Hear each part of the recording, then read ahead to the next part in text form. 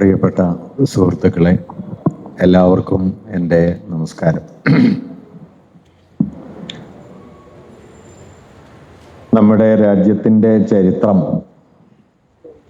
അഭൂതപൂർവമായ ഒരു പ്രക്ഷോഭത്തിന് സാക്ഷ്യം വഹിച്ച ഒരു ആഴ്ചയിലൂടെയാണ് നമ്മളിപ്പോൾ കടന്നു പോകുന്നത്.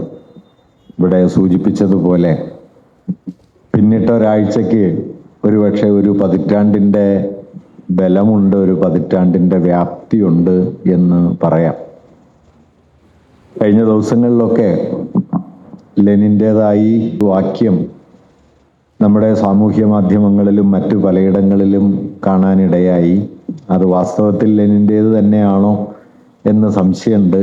എങ്കിലും ലെനിൻ പറയാവുന്നൊരു വാക്യം എന്ന നിലയ്ക്കുള്ള ഒന്നാണ് അത്.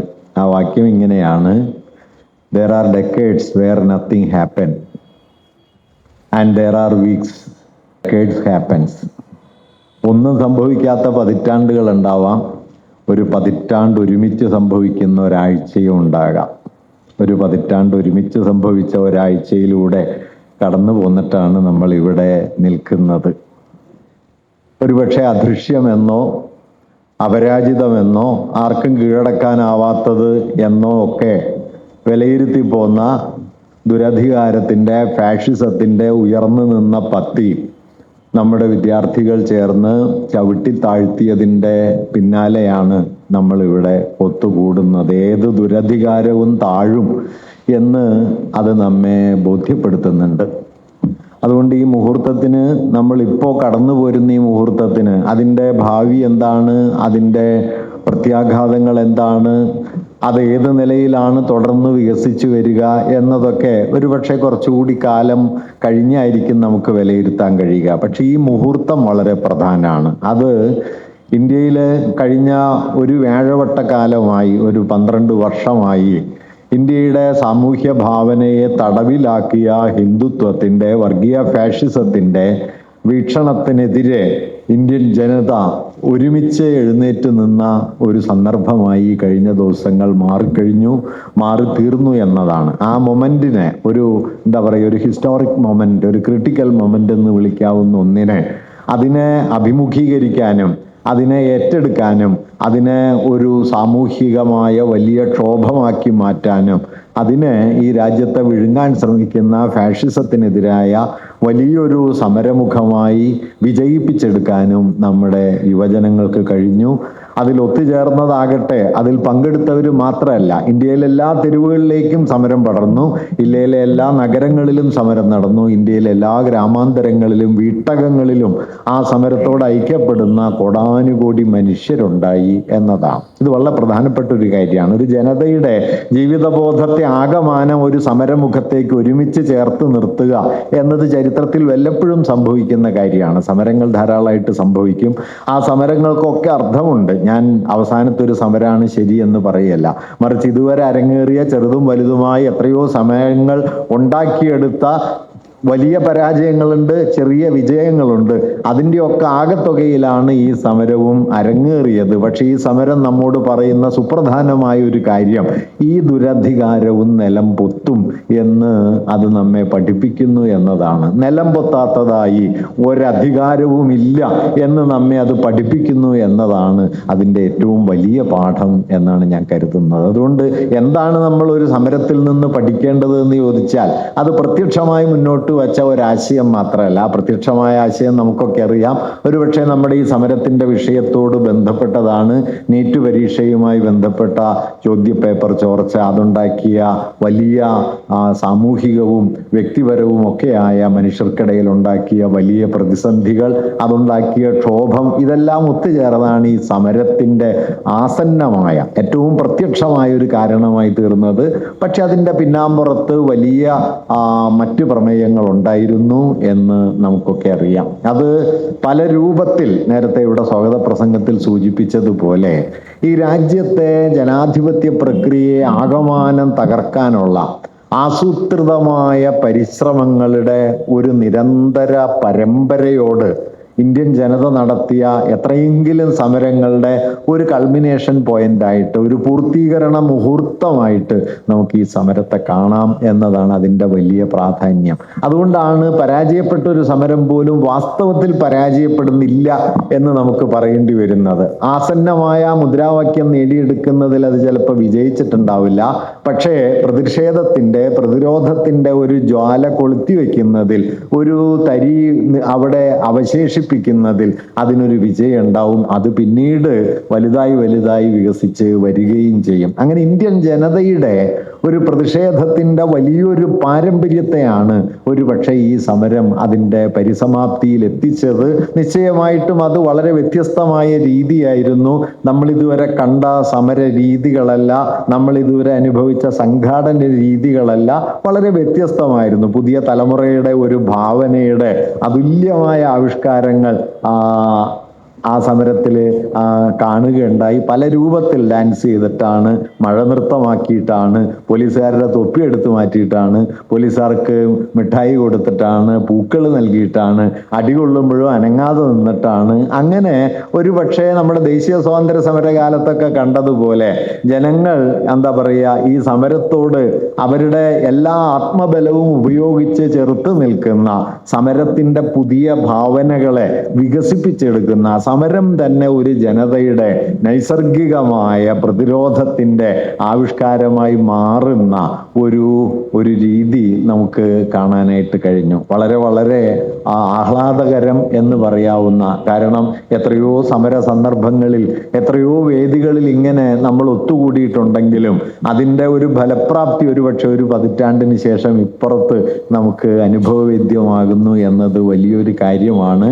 ഇന്ത്യൻ ദേശീയ രാഷ്ട്രീയത്തെ സംബന്ധിക്കുന്ന ഒരു പരിവർത്തന മുഹൂർത്തമായി ഒരുപക്ഷെ ഇത് മാറി തീർന്നേക്കാം. ഞാൻ പറഞ്ഞല്ലോ, ഭാവിയിൽ എന്ത് സംഭവിക്കും എന്ന് നമ്മൾ ഇപ്പോഴേ പറയേണ്ടതില്ല.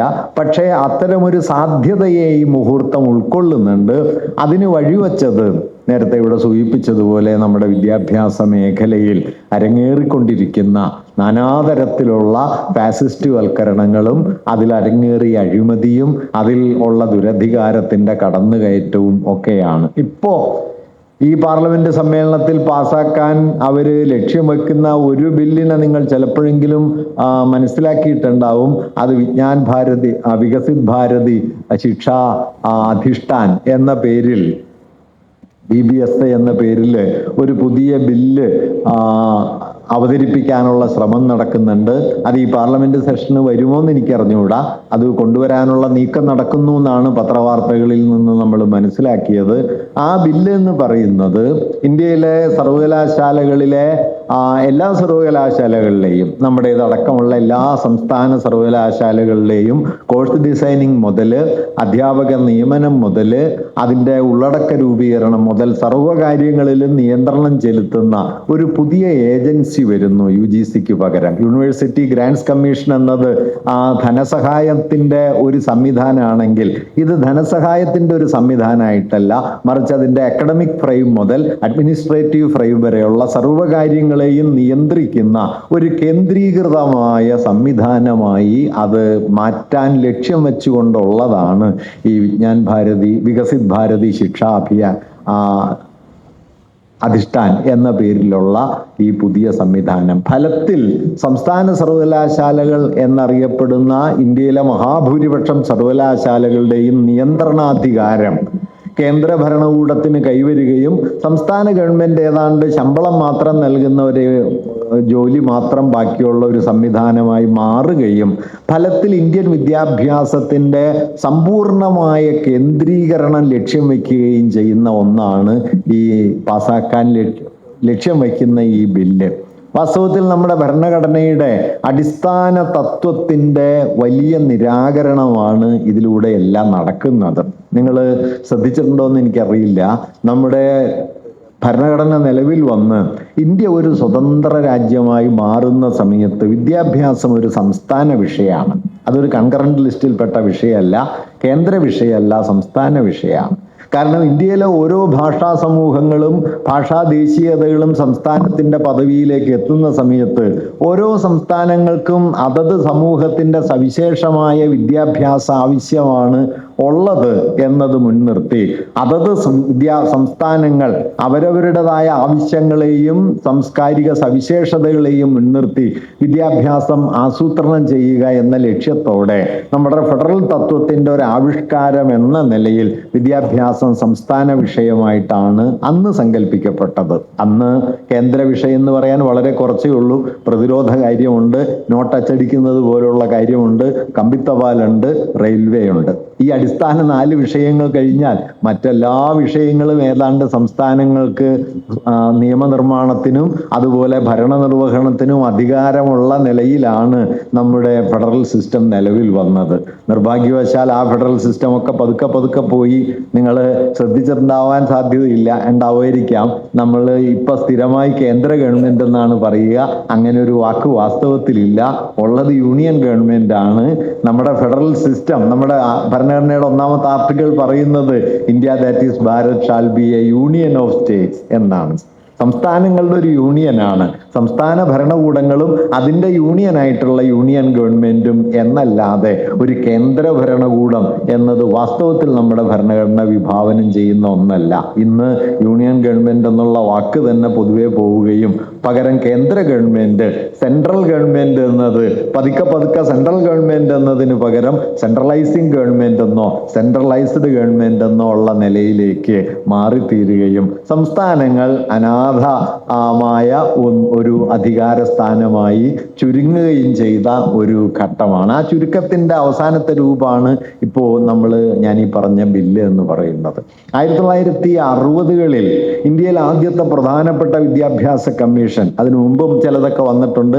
ഡോക്ടർ എസ് രാധാകൃഷ്ണൻ ചെയർമാനായ കമ്മീഷനൊക്കെ വന്നു പോയിട്ടുണ്ടെങ്കിലും ഇന്ത്യയുടെ വിദ്യാഭ്യാസ ചരിത്രത്തിൽ ഏറ്റവും പ്രധാനപ്പെട്ട വിദ്യാഭ്യാസ കമ്മീഷൻ 60കളിലാണ് കൊത്താരി കമ്മീഷൻ റിപ്പോർട്ട്. വളരെ വിപ്ലവകരമായി ഒരുപാട് ആശയങ്ങൾ മുന്നോട്ട് വച്ച, നമ്മുടെ GDP-യുടെ 6% വരെ വിദ്യാഭ്യാസത്തിനായി നീക്കി വയ്ക്കണം എന്ന് നിർദ്ദേശിച്ച, ഗ്രാമീണ വിദ്യാഭ്യാസത്തിന് വലിയ പ്രാധാന്യം നൽകണമെന്ന് നിർദ്ദേശിച്ച, ഇന്ത്യൻ വിദ്യാഭ്യാസത്തിന്റെ പുനഃസംഘടനയുടെ ആധാരമായി മാറിയ ഒരു റിപ്പോർട്ടാണ് കൊത്താരി കമ്മീഷൻ റിപ്പോർട്ട്. ആ റിപ്പോർട്ട് അവതരിപ്പിക്കപ്പെടുകയും അത് വലിയ ചർച്ചയാവുകയും ചെയ്ത പശ്ചാത്തലത്തിലാണ് ഇത്തരം കാര്യങ്ങൾ നടപ്പിലാക്കാൻ യൂണിയൻ ഗവൺമെന്റിന് അധികാരം വേണം, കേന്ദ്രത്തിലുള്ള ഗവൺമെന്റിന് അധികാരം വേണം എന്ന ഒരു ആവശ്യം അല്ലെങ്കിൽ ഒരു ന്യായം പറഞ്ഞ് നമ്മൾ വിദ്യാഭ്യാസം എന്ന വിഷയത്തെ സ്റ്റേറ്റ് ലിസ്റ്റിൽ നിന്ന് 1972 കൺകറന്റ് ലിസ്റ്റിലേക്ക് മാറ്റിയത്. അതുവരെ അത് സംസ്ഥാന വിഷയമായിരുന്നു. ആ 72 നിന്ന് നമ്മളിപ്പോ ഏതാണ്ട് ഒരു അരനൂറ്റാണ്ട് പിന്നിട്ട് നോക്കുന്ന സമയത്ത് എന്താണ് ഇനി നമ്മുടെ സംസ്ഥാനങ്ങൾക്ക് വിദ്യാഭ്യാസത്തിൽ ബാക്കിയുള്ളത് എന്ന് ചോദിച്ചാൽ മിക്കവാറും ഒന്നുമില്ല. NEP-യിൽ നിർദ്ദേശിക്കപ്പെട്ട ഹയർ എഡ്യൂക്കേഷൻ കമ്മീഷന്റെ നിർദ്ദേശങ്ങൾ നമ്മളൊന്ന് പരിശോധിച്ച് നോക്കിയാൽ ഉന്നത വിദ്യാഭ്യാസത്തിൽ ഇപ്പോൾ ഗവേഷണ മേഖലയിലെ ഗവേഷണ വിഷയങ്ങളുടെ വിശാല ചട്ടക്കൂട് വരെ ഈ സെൻട്രൽ ഗവൺമെന്റ് നിർദ്ദേശിക്കുന്ന സ്ഥിതിയിലേക്ക് കാര്യങ്ങൾ പോകും. നിങ്ങൾ എന്ത് ഗവേഷണം, കേരള സർവകലാശാലയിൽ എന്ത് ഗവേഷണമാണ് വേണ്ടത് എന്ന് ഗവേഷണത്തിന്റെ ടൈറ്റിലുകൾ നിർദ്ദേശിച്ചിട്ടില്ല എന്നേ ഉള്ളൂ. പകരം ഏതേത് മേഖലകളാണ് ഗവേഷണത്തിന് തിരഞ്ഞെടുക്കേണ്ടത് എന്നതിനെ കുറിച്ച് വരെ ഇപ്പോൾ കേരളത്തില് ഇന്ത്യയിലെമ്പാടും നടന്നുകൊണ്ടിരിക്കുന്ന ഒരു മാറ്റമുണ്ട്. നമ്മുടെ 4 ഇയർ UG വരികയും NEP-യുടെ ഭാഗമായി തീരുകയും ചെയ്തപ്പോൾ ഇന്ത്യൻ നോളജ് സിസ്റ്റം എന്ന് പറഞ്ഞിട്ടൊരു കോഴ്സ് വന്നു. എല്ലാ സർവകലാശാലകളിലും എല്ലാ കോളേജുകളിലും ആ കോഴ്സ് പതിയെ പതിയെ വരികയാണ്. ഇന്ത്യൻ നോളജ് സിസ്റ്റം എന്ന പേരിൽ വാസ്തവത്തിൽ ഇന്ത്യൻ നോളജ് സിസ്റ്റം എന്ന് പറയുന്ന ഒന്നുണ്ട് കേട്ടോ, അതില്ല എന്നല്ല. നിശ്ചയമായും ഇന്ത്യക്ക് വിജ്ഞാന വികാസത്തിന്റെ ചരിത്രത്തിൽ അത്ര അപ്രധാനമല്ല ഒരു സ്ഥാനമുണ്ട്. നമ്മുടെ ഗണിതം വളരെ വികസിതമായ ഒന്നായിരുന്നു, നമ്മുടെ രസതന്ത്രം വികസിതമായിരുന്നു, നമ്മുടെ ജ്യോതിഷമല്ല കേട്ടോ, നമ്മുടെ ജ്യോതിശാസ്ത്രം വളരെ വികസിതമായ ഒന്നായിരുന്നു. ആ നിലയിൽ ഭൗതിക വിജ്ഞാനത്തിന്റെ അല്ലെങ്കിൽ ലോകത്തെ ആദ്യത്തെ ഒരു ഒരു രാഷ്ട്രമീമാംസ പഠനം, വിശകലനം എന്ന് വിശേഷിപ്പിക്കാവുന്ന അർത്ഥശാസ്ത്രം നമ്മുടെ പാരമ്പര്യത്തിന്റെ ഭാഗമായിട്ടുണ്ട്. കാമസൂത്രമുണ്ട്, അങ്ങനെ ധാരാളം. ഒപ്പം തന്നെ ഉപനിഷത്തുകളോ അല്ലെങ്കിൽ വേദങ്ങളോ ഒക്കെ ഉണ്ട്. അങ്ങനെയുള്ളൊരു വൈജ്ഞാനിക പാരമ്പര്യത്തിന് പകരം അത് ചരിത്രപരമായി നോക്കിക്കാണാൻ ആളുകളെ പരിശീലിപ്പിക്കുന്നതിന് പകരം വെറും വിടുവായത്തങ്ങളും വിഡ്ഢിത്തങ്ങളും നമ്മുടെ വിജ്ഞാന പാരമ്പര്യം എന്ന നിലയിൽ കുട്ടികളെ പരിശീലിപ്പിക്കുന്ന നിലയിലുള്ള ഒന്നായിട്ട് ഈ ഇന്ത്യൻ നോളജ് സിസ്റ്റം, ഇന്ത്യൻ വിജ്ഞാന വ്യവസ്ഥ എന്ന നിലയിലുള്ള ആശയങ്ങൾ പ്രചരിപ്പിക്കപ്പെടുന്നത് നമുക്ക് കാണാൻ കഴിയും. അത് നമ്മുടെ പ്രധാനപ്പെട്ട നേതാവ് തന്നെ പലമാതിരി അദ്ദേഹത്തിൻ്റെ ഒരുപാട് അബദ്ധങ്ങളുടെ കൂട്ടത്തിൽ അദ്ദേഹം പ്രചരിപ്പിച്ചത് നമുക്കറിയാം. അദ്ദേഹത്തിൻ്റെ വളരെ പ്രസിദ്ധമായ നിരീക്ഷണങ്ങളുണ്ടല്ലോ. നമ്മുടെ അവയവ മാറ്റിവെക്കൽ ശസ്ത്രക്രിയയൊക്കെ വാസ്തവത്തിൽ നമ്മുടെ പ്രാചീന ഭാരതത്തിന് പരിചിതമായിരുന്നു എന്ന് പറയുന്ന, ബാലിസ്റ്റിക് മിസൈൽ അടക്കമുള്ള സംവിധാനങ്ങൾ വേദങ്ങളിൽ പരാമർശിക്കപ്പെട്ടിട്ടുണ്ട് എന്നെല്ലാം പറയുന്ന ചരിത്രവിരുദ്ധവും സാമൂഹ്യ വിരുദ്ധവും ബുദ്ധിവിരുദ്ധവുമായ പ്രസ്താവനകൾ എത്രയെങ്കിലും നമ്മുടെ വലിയ നേതാക്കൾ നടത്തിക്കൊണ്ടിരിക്കുന്നുണ്ട്. അതിൽ പലതും വിജ്ഞാന വ്യവസ്ഥ എന്ന നിലയിൽ നമ്മുടെ വിദ്യാഭ്യാസത്തിൻ്റെ മേഖലയിലേക്ക് കടന്നു വരുന്നു എന്നതുകൂടിയാണ് ഇന്ത്യൻ നോളജ് സിസ്റ്റം എന്ന കോഴ്സിലൂടെ സംഭവിക്കുന്ന ഒരു കാര്യം. അത് സൂക്ഷ്മമായിട്ട് ശ്രദ്ധിച്ചാൽ നിങ്ങൾക്ക് കാണാൻ പറ്റും. ഇങ്ങനെ നമ്മുടെ ഉന്നത വിദ്യാഭ്യാസത്തിൻ്റെ ഉള്ളടക്കത്തെ ആസൂത്രിതമായി അട്ടിമറിക്കുന്ന ഒരു പ്രവൃത്തിയാണ് ഇപ്പോൾ നടന്നുകൊണ്ടിരിക്കുന്നത്. ഇപ്പം നീറ്റ് പരീക്ഷ എന്ന് പറയുന്ന പരീക്ഷ നടത്താൻ ഒരു പുതിയ ഏജൻസി ഉണ്ടാക്കുന്നു. 2017 അത് നിലവിൽ വന്നത്. നാഷണൽ ടെസ്റ്റിംഗ് ഏജൻസി എന്ന പേരിൽ NTA എന്ന് പറയുന്ന ഒരു സംവിധാനം. നിങ്ങൾ അതിൻ്റെ കൗതുകങ്ങളൊന്ന് കാണേണ്ടതാണ് കേട്ടോ. കാരണം ഈ നാഷണൽ ടെസ്റ്റിംഗ് ഏജൻസിയെ സംബന്ധിച്ച് അവർക്ക് സ്വന്തം നിലയിൽ ഒരു ജീവനക്കാരനും ഇല്ല. ഒരു വർഷം ഏതാണ്ട് 1 കോടിയിലധികം കുട്ടികൾ പരീക്ഷ എഴുതുന്ന സംവിധാനമാണ് NTA-യുടേത്. ഇപ്പം നീറ്റ് പരീക്ഷ കഴിഞ്ഞ തവണ എഴുതിയത് 23 ലക്ഷം പേരാണ്. രണ്ടാമത് നടത്തിയപ്പോൾ 19 ലക്ഷം കുട്ടികളാണ് എഴുതിയത്. ബാക്കി 3 ലക്ഷത്തോളം എഴുതിയില്ല. JEE എഴുതിയത് 15 ലക്ഷം കുട്ടികളാണ്. CUET എന്ന് പറയുന്ന നമ്മുടെ കേന്ദ്ര സർവകലാശാലകളിലേക്കുള്ള പൊതുപ്രവേശന പരീക്ഷ എഴുതിയത് 10 ലക്ഷം കുട്ടികളാണ്. നെറ്റ് എഴുതുന്നവരുണ്ട്, ചെറുതും വലുതുമായ പരീക്ഷകൾ എഴുതുന്നവരുണ്ട്.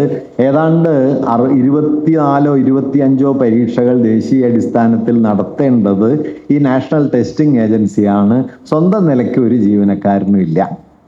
ഡെപ്യൂട്ടേഷനിൽ വന്ന 23 24 പേരുണ്ട്. കരാറടിസ്ഥാനത്തിൽ നിയമിക്കപ്പെട്ട 38 40 താഴെ ആളുകളുണ്ട്. മറ്റ് സ്ഥാപനങ്ങളിൽ നിന്ന് താൽക്കാലികമായി ചേർന്ന 120ഓളം പേരുണ്ട്. ഇതാണ് ഇന്ത്യയിലെ 1 കോടിയോളം വരുന്ന വിദ്യാർത്ഥികളുടെ ഏറ്റവും സുപ്രധാനമായ പരീക്ഷകളൊക്കെ നടത്തുന്ന സംവിധാനം. ആരോടും അക്കൗണ്ടബിലിറ്റി ഇല്ല, എവിടെയും കണക്ക് പറയേണ്ട പ്രധാനപ്പെട്ട ഉത്തരവാദികൾ ആരുമില്ല. ആ പരിശോധനയ്ക്കുള്ള യാതൊരു സംവിധാനമില്ല. 2017 മുതൽ ഈ 9 വർഷക്കാലത്തിനിടയിൽ നടത്തിയ പരീക്ഷകൾ, കഴിഞ്ഞ ദിവസം അതിൻ്റെ ഒരു കണക്ക് വായിക്കുകയുണ്ടായി. 152 പേപ്പറുകളാണ് ചോർന്നത്. ഒന്നും രണ്ടുമല്ല, 152 പേപ്പറുകൾ ചോർന്നു. ആ സമരസമയത്ത് ഒരു കുഞ്ഞൊരു പ്ലക്കാർഡുമായിട്ട് നിൽക്കുന്നുണ്ടായിരുന്നു. നിങ്ങൾ ചിലരെങ്കിലും കണ്ടു കാണുമായിരിക്കും. 2 3 വയസ്സുള്ള ഒരു കുഞ്ഞിൻ്റെ കയ്യിൽ ഒരു പ്ലക്കാർഡ് ഉണ്ട്. ആ പ്ലക്കാർഡിൽ എഴുതിയിട്ടുള്ളത് എൻ്റെ ഡയപ്പർ ഇതിനേക്കാൾ സ്ട്രോങ് ആണ് എന്നാണ്. കുഞ്ഞിൻ്റെ ഡയപ്പർ അത് ഇതിനേക്കാൾ സ്ട്രോങ് ആണ്, അത് ഇത്രയും ലീക്ക് ചെയ്യില്ല. 152 പേപ്പറുകൾ ചോർന്നു. 87 പരീക്ഷകൾ ക്യാൻസൽ ചെയ്തു. അവസാനത്തെ ക്യാൻസലേഷൻ മാത്രമാണ് നമ്മുടെ ശ്രദ്ധയിൽ വന്നത്. 87 പരീക്ഷകൾ ക്യാൻസൽ ചെയ്യേണ്ടായി. 23 കുഞ്ഞുങ്ങൾ ആത്മഹത്യ ചെയ്തു. നോക്കൂ, എന്നിട്ട് ഇതിൽ ആർക്കും ഒരു പ്രത്യേകിച്ച് ഉത്തരവാദിത്വം ഒന്നുമില്ല. അത് ടെസ്റ്റിംഗ് ഏജൻസിയുടെ പിഴവായിട്ടാണ്. എന്താണ് ടെസ്റ്റിംഗ് ഏജൻസി ചെയ്യുന്നത്? NTA എവിടെയും നേരിട്ട് പരീക്ഷ നടത്തുന്നില്ല. NTA ചെയ്യുന്നത് എല്ലാ സ്ഥലത്തും ഇത് നടത്താനായി ഏതെങ്കിലും സബ് ഏജൻസിക്ക് കോൺട്രാക്ട് കൊടുക്കുന്നു. ആ കോൺട്രാക്ട് കിട്ടുന്നതാകട്ടെ ഇന്ന് ഇന്ത്യ ഭരിക്കുന്ന രാഷ്ട്രീയ കക്ഷിയുടെ പിണിയാളുകൾക്ക് ഓരോ പ്രദേശത്തും കിട്ടുന്നു. ആ പിണിയാളുകളിൽ നിന്ന് വലിയ തുക കൈക്കൂലി കൊടുത്തിട്ട് ഈ കോച്ചിങ് സെന്റർ നടത്തുന്ന പല വിഭാഗങ്ങൾ, കോട്ടയിലെയും ചണ്ഡീഗഡിലെയും ഒക്കെ, ഇന്ത്യയിലെ ഏറ്റവും വലിയ വ്യവസായങ്ങളിലൊന്ന് ഈ കോച്ചിങ് ആണെന്ന് നിങ്ങൾക്കറിയാമല്ലോ. കോടാനുകോടി റുപ്യാണ്. കഴിഞ്ഞ ദിവസം ഞാൻ അതിൻ്റെ ഒരു കണക്കാണ് ഉണ്ടായി. ഉന്നത വിദ്യാഭ്യാസ മേഖലയിൽ സർക്കാർ മൊത്തം നിക്ഷേപിക്കുന്നത് ഏതാണ്ട് 55,000 കോടി റുപ്യാണെങ്കിൽ ഈ കോച്ചിങ് സെന്ററിൽ കൈമാറ്റം ചെയ്യപ്പെടുന്നത് 1,4 ലക്ഷം കോടി റുപ്യാണ്. എന്ന് വെച്ചാൽ സർക്കാർ നിക്ഷേപിക്കുന്ന പണത്തിന്റെ ഇരട്ടിക്ക് മുകളിൽ ഏതാണ്ട് 2 ഇരട്ടിയോളം തുക ഈ കോച്ചിങ് സെന്ററിലുണ്ട്. ഇപ്പൊ നീറ്റ് പരീക്ഷയ്ക്ക് ഒരു കുഞ്ഞ് തയ്യാറാവുക എന്ന് പറഞ്ഞു കഴിഞ്ഞാൽ ഇപ്പൊ സംഭവിക്കണത് എന്താ വെച്ചാൽ 9ാം തരത്തിലോ 10ാം തരത്തിലോ വച്ച് ഈ കോഴ്സ് ആരംഭിക്കും, ട്യൂഷൻ ആരംഭിക്കും. 2 വർഷം ഹൈസ്കൂളിലും പിന്നെ 2 വർഷം +2 കാലത്തും കഴിഞ്ഞ് 4 കൊല്ലത്തെ പരിശീലനം കഴിഞ്ഞ് തീരാത്ത സമ്മർദ്ദങ്ങളുടെ നടുവിൽ ലക്ഷക്കണക്കിന് റുപ്യ ഫീസും ചെലവാക്കിയിട്ടാണ് അവസാനത്തെ പരീക്ഷയിലേക്ക് എത്തുന്നത്. ഈ 4 കൊല്ലത്തിനിടയിൽ ആത്മഹത്യ ചെയ്താലോ എന്ന് കുഞ്ഞുങ്ങൾ പലവട്ടം ആലോചിച്ചിട്ടുണ്ടാവും. വേണ്ടത്ര ആത്മധൈര്യം ഇല്ലാത്തതുകൊണ്ട് ആത്മഹത്യ ചെയ്യാത്തായിരിക്കും. അമ്മാതിരി സമ്മർദ്ദമാണ്. വാസ്തവത്തിൽ നീറ്റ് എന്ന് പറയുന്ന സംവിധാനം ഇന്ത്യയിൽ കഴിഞ്ഞ 10 കൊല്ലം കൊണ്ടുണ്ടാക്കിയ ഏറ്റവും വലിയ മാറ്റം എന്താന്ന് വെച്ച് കഴിഞ്ഞാൽ, ഉന്നത വിദ്യാഭ്യാസ മേഖലയിൽ നിന്ന് ഗ്രാമീണരായ മനുഷ്യരെയും ഇടത്തട്ടുകാരായ മനുഷ്യരെയും ദരിദ്രരായ മനുഷ്യരെയും സമ്പൂർണമായി തുടച്ചു മാറ്റുന്ന ഒരു പ്രക്രിയയായിട്ട് നീറ്റ് മാറി. അതല്ല, കാരണം 4-5 ലക്ഷം റുപ്യ 3-4 കൊല്ലം കൊണ്ട് ചെലവാക്കി ഏതെങ്കിലും നഗരകേന്ദ്രങ്ങളിൽ പോയി നിന്ന് പഠിച്ച് പരിശീലനം നേടിയാലല്ലാതെ നിങ്ങൾ ഈ പരീക്ഷ പാസ്സാവില്ല എന്ന് ഉറപ്പുവരുത്തുന്നു. ഈ പരീക്ഷയാകട്ടെ ഏതെങ്കിലും തരത്തിലൊരു വിദ്യാർത്ഥിയുടെ വൈജ്ഞാനിക ശേഷിയുമായി ബന്ധപ്പെട്ടതുമല്ല, ഒരു പ്രത്യേക തരത്തിലുള്ള സ്കിൽ ഡെവലപ്മെന്റാണ്, നൈപുണ്യ നിർമ്മാണമാണ്. അതായത് 10,000 ചോദ്യം കാണാതെ പഠിക്കുന്നു, 15,000 ചോദ്യം കാണാതെ പഠിക്കുന്നു, ഒരു ചോദ്യം കാണുന്നു, ആ സെക്കൻഡിൽ തന്നെ ഉത്തരം മനസ്സിലാവുന്നു, എഴുതുന്നു. അതിന് പാകത്തിന് ഒരാളെ മെരുക്കിയെടുക്കുന്ന പരിശീലന പരിപാടിയാണ് വാസ്തവത്തിൽ നടക്കുന്നത്. ഇതിന്റെ വൈചിത്ര്യം എന്താന്ന് വെച്ച് കഴിഞ്ഞാൽ, ഇപ്പൊ JRF ഒക്കെ ഇങ്ങനെയാണ്. JRF-ന് വേണ്ടി UGC പരീക്ഷ നടത്തും, ജൂനിയർ റിസർച്ച് ഫെലോഷിപ്പ് കൊടുക്കാൻ വേണ്ടിയിട്ട് പരീക്ഷ നടത്തും. ഏത് വിഷയത്തിലും JRF കിട്ടാൻ വേണ്ടി പരീക്ഷ നടക്കുന്നുണ്ട്. എല്ലാ വിഷയത്തിന്റെയും പരീക്ഷാ രീതി ഒന്ന് തന്നെയാണ്, MCQ ആണ്, മൾട്ടിപ്പിൾ ചോയ്സ് ക്വസ്റ്റ്യൻസ് ആണ്. അപ്പോൾ നിങ്ങൾ ഒരാൾക്ക് ഫിലോസഫിയിൽ നിങ്ങൾക്ക് JRF കൊടുക്കാനായിട്ട് നിങ്ങൾ എന്താണ് പരിശോധിക്കേണ്ടത്? തത്വചിന്തയിലെ ഒരാൾക്ക് ഫെലോഷിപ്പ് നൽകാൻ അടിസ്ഥാനപരമായി പരിശോധിക്കേണ്ടത് സങ്കല്പനപരമായി ചിന്തിക്കാൻ അയാൾക്ക് എത്ര ശേഷിയുണ്ട്. കൺസെപ്ച്വൽ തിങ്കിങ് എന്ന് പറയുന്നത് അതാണല്ലോ ഫിലോസഫിയുടെ ഫണ്ടമെന്റൽ ഇഷ്യൂ. കൺസെപ്ച്വൽ തിങ്കിങ്ങിന് എത്ര ശേഷിയുണ്ട്? അല്ലെങ്കിൽ നിങ്ങൾക്ക് ഒരു വിഷയത്തെ അനലൈസ് ചെയ്യാൻ, വിശകലനാത്മകമായ ഒരു കാര്യത്തെ പരിശോധിക്കാൻ എത്ര ശേഷിയുണ്ട്? ഇത്തരത്തിൽ ഒരു പരിശോധനയില്ല. 100 ചോദ്യം വരുന്നു. ആ 100 ചോദ്യത്തിൽ മുൻകൂറായി തയ്യാറാക്കിയ ഉത്തരങ്ങൾ നിങ്ങൾക്കറിയാമെങ്കിൽ നിങ്ങൾ പാസ്സായി പോകുന്നു. എന്താണ് ചോദ്യമായിട്ട് വരിക? ആരെങ്കിലും ജനിച്ച കൊല്ലം, ആരെങ്കിലും മരിച്ച കൊല്ലം, ഏതെങ്കിലും പുസ്തകം അച്ചടിച്ച കൊല്ലം എന്ന നിലയിൽ നമ്മുടെ ക്വിസ് കോമ്പറ്റീഷന് കുഞ്ഞുങ്ങൾ പഠിച്ചു വെക്കുകയും അത് കഴിഞ്ഞ് പരീക്ഷ കഴിഞ്ഞാൽ മറക്കുകയും ചെയ്യുന്ന ഇതുപോലുള്ള ഒരു വിവരാടിസ്ഥാനത്തിലാണ് ആളുകളെ തെരഞ്ഞെടുക്കുന്നത്. അതിൻ്റെ ആത്യന്തിക അർത്ഥം എന്താണെന്നറിയോ? ഏതെങ്കിലും തരത്തിൽ ക്രിട്ടിക്കൽ തിങ്കിങ് ഉള്ള, വിമർശനാത്മക ശേഷിയുള്ള, വിശകലന ശേഷിയുള്ള ഒരു വിദ്യാർത്ഥിയും ഈ പറയുന്ന ഉന്നത വിദ്യാഭ്യാസ മേഖലയിൽ ഉണ്ടാകരുത് എന്ന വളരെ ആസൂത്രിതമായ രാഷ്ട്രീയ പദ്ധതിയാണ് ഈ പറയുന്ന പരീക്ഷാ രീതിയുടെ പിന്നിലെ ലാർജർ അജണ്ട. അത് ക്രമീകരണത്തിന് വേണ്ടിയിട്ടാണ് എന്ന് പറയുന്നു. നോക്കൂ, എല്ലാ വിഷയങ്ങൾക്കും ഒരു പരിശോധനാ രീതി സാധ്യമല്ല. ഓരോ വിഷയത്തിനും അതിൻ്റെതായ സവിശേഷതയുണ്ട്. ഞാൻ പറയുക, ഒരു ഓണ്ടോളജി ഉണ്ട്. ഒരു വിഷയത്തിന് അതിൻ്റെ ഭാവപരമായ ഒരു അടിസ്ഥാനമുണ്ട്. നിങ്ങൾ ഗണിതശാസ്ത്രം പരീക്ഷിക്കുന്ന അല്ലെങ്കിൽ സ്റ്റാറ്റിസ്റ്റിക്സ് പരീക്ഷിക്കുന്ന അതേ രീതിയിൽ നിങ്ങൾക്ക് ഫിലോസഫി പരീക്ഷിക്കാൻ പറ്റില്ല. ഗണിതത്തിന്റെ യുക്തിയല്ല ഫിലോസഫിയുടെ യുക്തി. അതല്ല നിങ്ങൾ ഒരു മലയാളം പോലെ ഒരു സാഹിത്യ ഭാഷാ വിഷയം പഠിക്കുമ്പോൾ ആവശ്യമായി വരുന്നത്. അപ്പൊ എല്ലാറ്റിനെയും കൊട്ടത്താപ്പിൽ ഒരുമിച്ചാക്കുക വഴി വാസ്തവത്തിൽ ചെയ്യുന്നത് എല്ലാ വിഷയങ്ങളിലും അടിസ്ഥാന ധാരണകളുള്ള, വിമർശനാത്മക ശേഷിയുള്ള ആളുകളെ വിജ്ഞാന മേഖലയിൽ നിന്ന് പുറത്താക്കുകയും അതിന് പകരം ആവശ്യമുള്ള ഒരു കൂട്ടം പണിക്കാരെ ഉണ്ടാക്കിയെടുക്കുകയും ചെയ്യുക എന്നതാണ്. ഇതിന് ദീർഘമായൊരു ചരിത്രമുണ്ട്. ഇത് എവിടെയാണ് തുടങ്ങിയതെന്ന് വെച്ച് കഴിഞ്ഞാൽ, വാജ്പേയി ഗവൺമെന്റിന്റെ ആദ്യ ഗവൺമെന്റിന്റെ കാലത്ത് ആ ഗവൺമെന്റിൽ അന്നൊരു പ്രത്യേക വകുപ്പ് മന്ത്രി ഉണ്ടായിരുന്നു. അദ്ദേഹം ഇപ്പൊ BJPക്ക് എതിരാണ്. അന്ന് അദ്ദേഹം വകുപ്പ് മന്ത്രിയായിരുന്നു, നമ്മുടെ അരുൺ ഷൂരിയാണ്. അരുൺ ഷൂരിയുടെ വകുപ്പ് എന്തായിരുന്നു എന്ന് വെച്ചാൽ ഡിസ്ഇൻവെസ്റ്റ്മെന്റ്, ഓഹരി വിറ്റഴിക്കലാണ്. ഇന്ത്യയിലെ പൊതുമേഖലാ സ്ഥാപനങ്ങൾ വിൽക്കാൻ വേണ്ടിയിട്ട് ഒരു മന്ത്രിയെ വെച്ച കാലാണത്, ആദ്യത്തെ വാജ്പേയി മന്ത്രിസഭയുടെ കാലത്ത്. ആ മന്ത്രിക്ക് മുമ്പാകെ ഇന്ത്യയിലെ കുത്തകകൾ, 2 കുത്തകകൾ ചേർന്ന ഒരു കമ്മിറ്റി, ഒരു സമിതി ഒരു റിപ്പോർട്ട് സമർപ്പിച്ചു. അത് അംബാനി ബിർള റിപ്പോർട്ട് എന്നറിയപ്പെട്ട ഒന്നാണ്. നിങ്ങളിൽ പഴയ ആളുകൾ ചിലപ്പോൾ ഓർക്കുന്നുണ്ടാവും. കുമരമംഗലം ബിർളയും ഇപ്പോഴത്തെ മുകേഷ് അംബാനിയും ചേർന്ന് അന്നൊരു റിപ്പോർട്ട് സമർപ്പിക്കേണ്ടായി. ആ റിപ്പോർട്ടിൽ പറഞ്ഞ കാര്യം എന്താണെന്ന് വെച്ചാൽ, ഉന്നത വിദ്യാഭ്യാസ മേഖലയിൽ സർക്കാർ പണം മുടക്കുന്നത് അവസാനിപ്പിക്കണം. ഉന്നത വിദ്യാഭ്യാസ മേഖല സ്വകാര്യ സംരംഭകരെ ഏൽപ്പിക്കണം. സ്വകാര്യ സംരംഭകർ അവരവർക്ക് ആവശ്യമുള്ള വിജ്ഞാന വിദഗ്ധരെ, വൈദഗ്ധ്യമുള്ള ആളുകളെ അവരവരായി പരിശീലിപ്പിച്ചുകൊള്ളും. സർക്കാർ ഹയർ സെക്കൻഡറി വരെ ഉള്ള വിദ്യാഭ്യാസത്തിലെ പണം മുടക്കേണ്ടതുള്ളൂ എന്ന നിർദ്ദേശം അന്ന് 1998-99 കാലത്താണ് ഈ പറയുന്നത്, അന്ന് നിർദ്ദേശിക്കേണ്ടായി. ലക്ഷ്യം എന്താന്ന് വെച്ച് കഴിഞ്ഞാൽ കൊത്താരി കമ്മീഷനാകട്ടെ മറ്റ് വിദ്യാഭ്യാസ കമ്മീഷനുകളാകട്ടെ അവർ മുമ്പോട്ട് വെച്ച സാമൂഹിക വിദ്യാഭ്യാസം, ഒരു സമൂഹത്തിന് പല തുറകളിൽ വൈദഗ്ധ്യമുള്ള ആളുകൾ ഉണ്ടാവുക, വിദ്യാഭ്യാസം സമൂഹത്തിന്റെ വിമർശനാവബോധ രൂപീകരണത്തിനുള്ള ഒരു ഉപാധിയായിട്ട് പ്രവർത്തിക്കുക, സമൂഹത്തെ ആകമാനം ജാഗരൂകമാക്കാൻ പോകുന്ന വിമർശന ശേഷി വിദ്യാഭ്യാസത്തിലൂടെ ആളുകൾ കൈവരിക്കുക എന്നെല്ലാമുള്ള താല്പര്യങ്ങളിൽ നിന്ന് പൂർണ്ണമായിട്ടും വിദ്യാഭ്യാസത്തെ മാറ്റി രണ്ട് തരത്തിൽ വിദ്യാഭ്യാസത്തെ ആകമാനം മാറ്റുക. ഒന്ന്, ടെക്നിക്കൽ എഡ്യൂക്കേഷനിലേക്ക് വിദ്യാഭ്യാസത്തെ തിരിച്ചുവിടുക, നൈപുണ്യം പണി പഠിപ്പിക്കുക. ഓരോ വ്യവസായത്തിനും ഓരോ തരത്തിലുള്ള വലിയ മൂലധന നിക്ഷേപ സംരംഭങ്ങൾക്കും ആവശ്യമുള്ള വിദഗ്ധരെ സൃഷ്ടിക്കുക എന്നതാണ് ഒരു കാര്യം.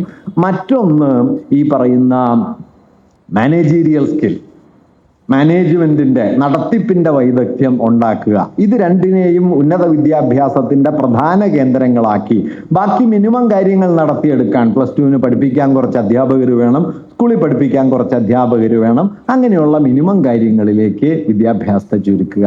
അങ്ങനെ വിദ്യാഭ്യാസം എന്ന് പറയുന്നത് മൂലധന താല്പര്യങ്ങളുടെ നിർവഹണത്തിനായുള്ള ഒരു സബ് ഏജൻസിയുടെ പണിയാണ് വിദ്യാഭ്യാസത്തിനുള്ളത് എന്ന യുക്തി അന്ന് ആരംഭിച്ചതാണ്.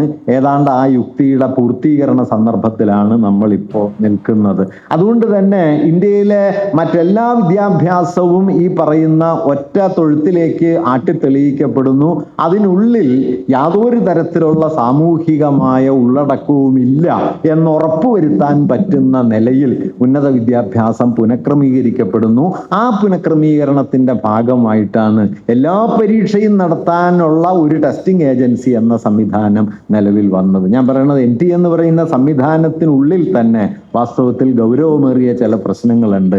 നിങ്ങൾ ഫിലോസഫിക്ക് JRF നൽകാൻ എടുക്കുന്ന പരീക്ഷയും MBBS ആളെ തിരഞ്ഞെടുക്കുന്ന പരീക്ഷയും നിങ്ങൾ ഏതു തരത്തിലുള്ള കോഴ്സിലേക്ക് ആളെ തിരഞ്ഞെടുക്കുന്ന പരീക്ഷയും ഒരേ മാർഗത്തിലൂടെ നടത്തുന്നു എന്ന് പറയുന്നതിൻ്റെ അർത്ഥം ഈ ഒരു കോഴ്സിനും അതിൻ്റേതു മാത്രമായ സവിശേഷ അടിസ്ഥാനമോ അതിൻ്റേതു മാത്രമായ വൈജ്ഞാനിക ഉള്ളടക്കമോ ഇല്ലാതാകുന്നു എന്നതാണ്. ഇങ്ങനെ ഉന്നത വിദ്യാഭ്യാസത്തെ തന്നെ ആന്തരികമായി കാമ്പില്ലാത്തതാക്കി തീർക്കുന്ന ഒരു വലിയ പ്രവൃത്തിയാണ് വാസ്തവത്തിൽ ഈ നാഷണൽ ടെസ്റ്റിംഗ് ഏജൻസി എന്ന് പറയുന്ന സംവിധാനം തന്നെ അതുവഴി തന്നെ നമ്മൾ വികസിച്ചു വരുന്നതായിട്ട് നമ്മൾ കാണുന്നത്.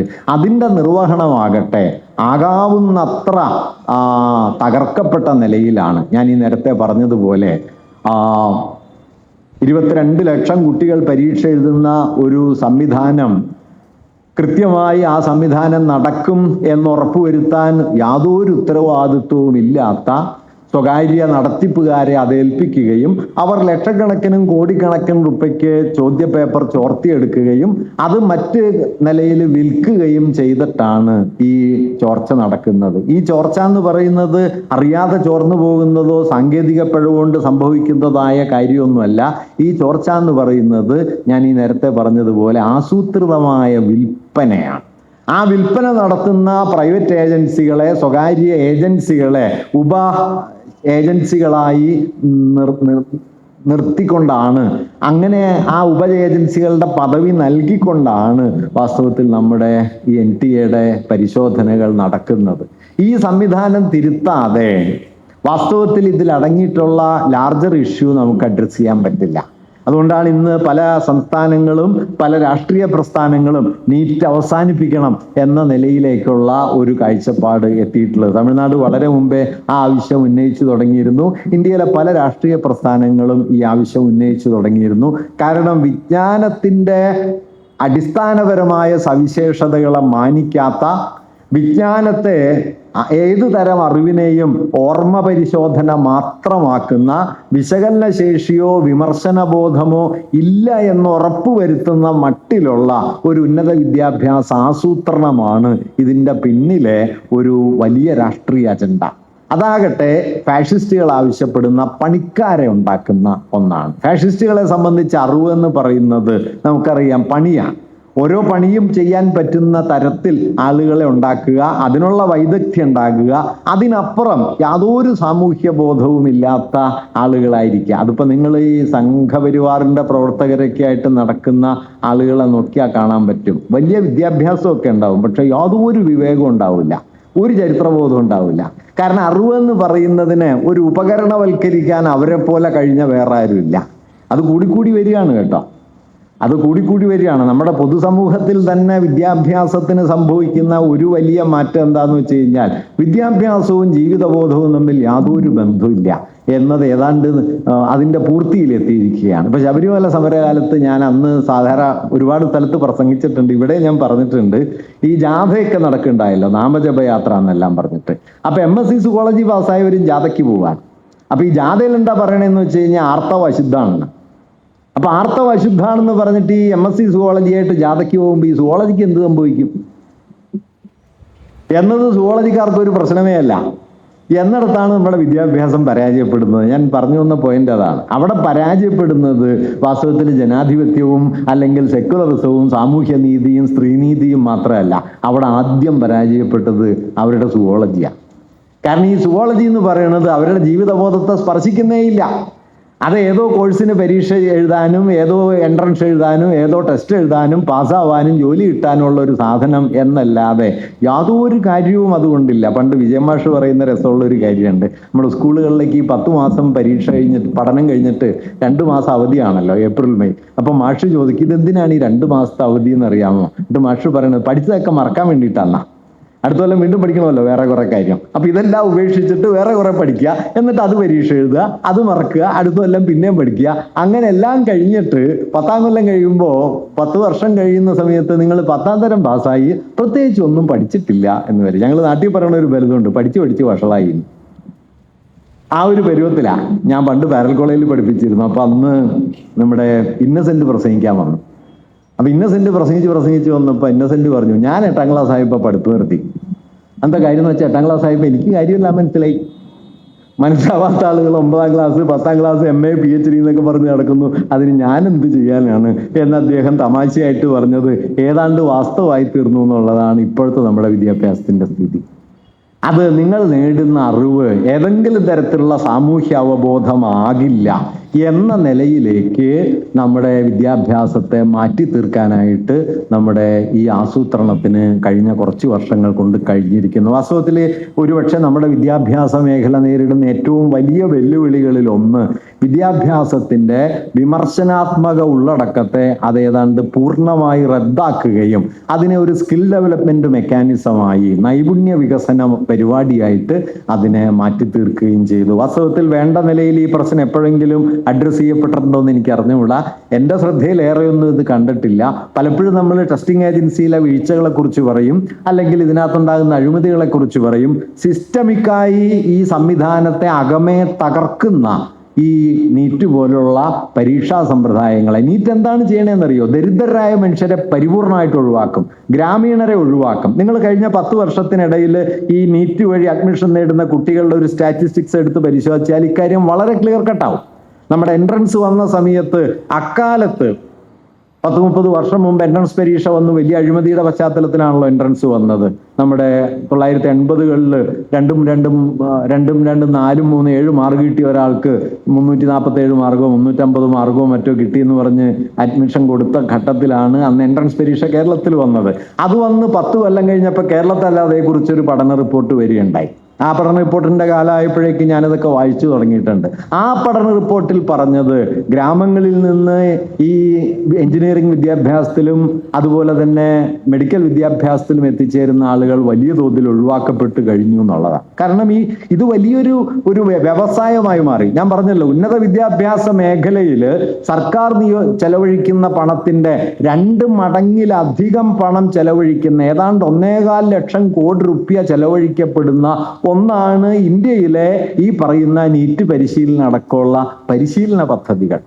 ഏറ്റവും വലിയ കേരള ബജറ്റിനേക്കാൾ കൂടുതലാണ് ഇപ്പോൾ.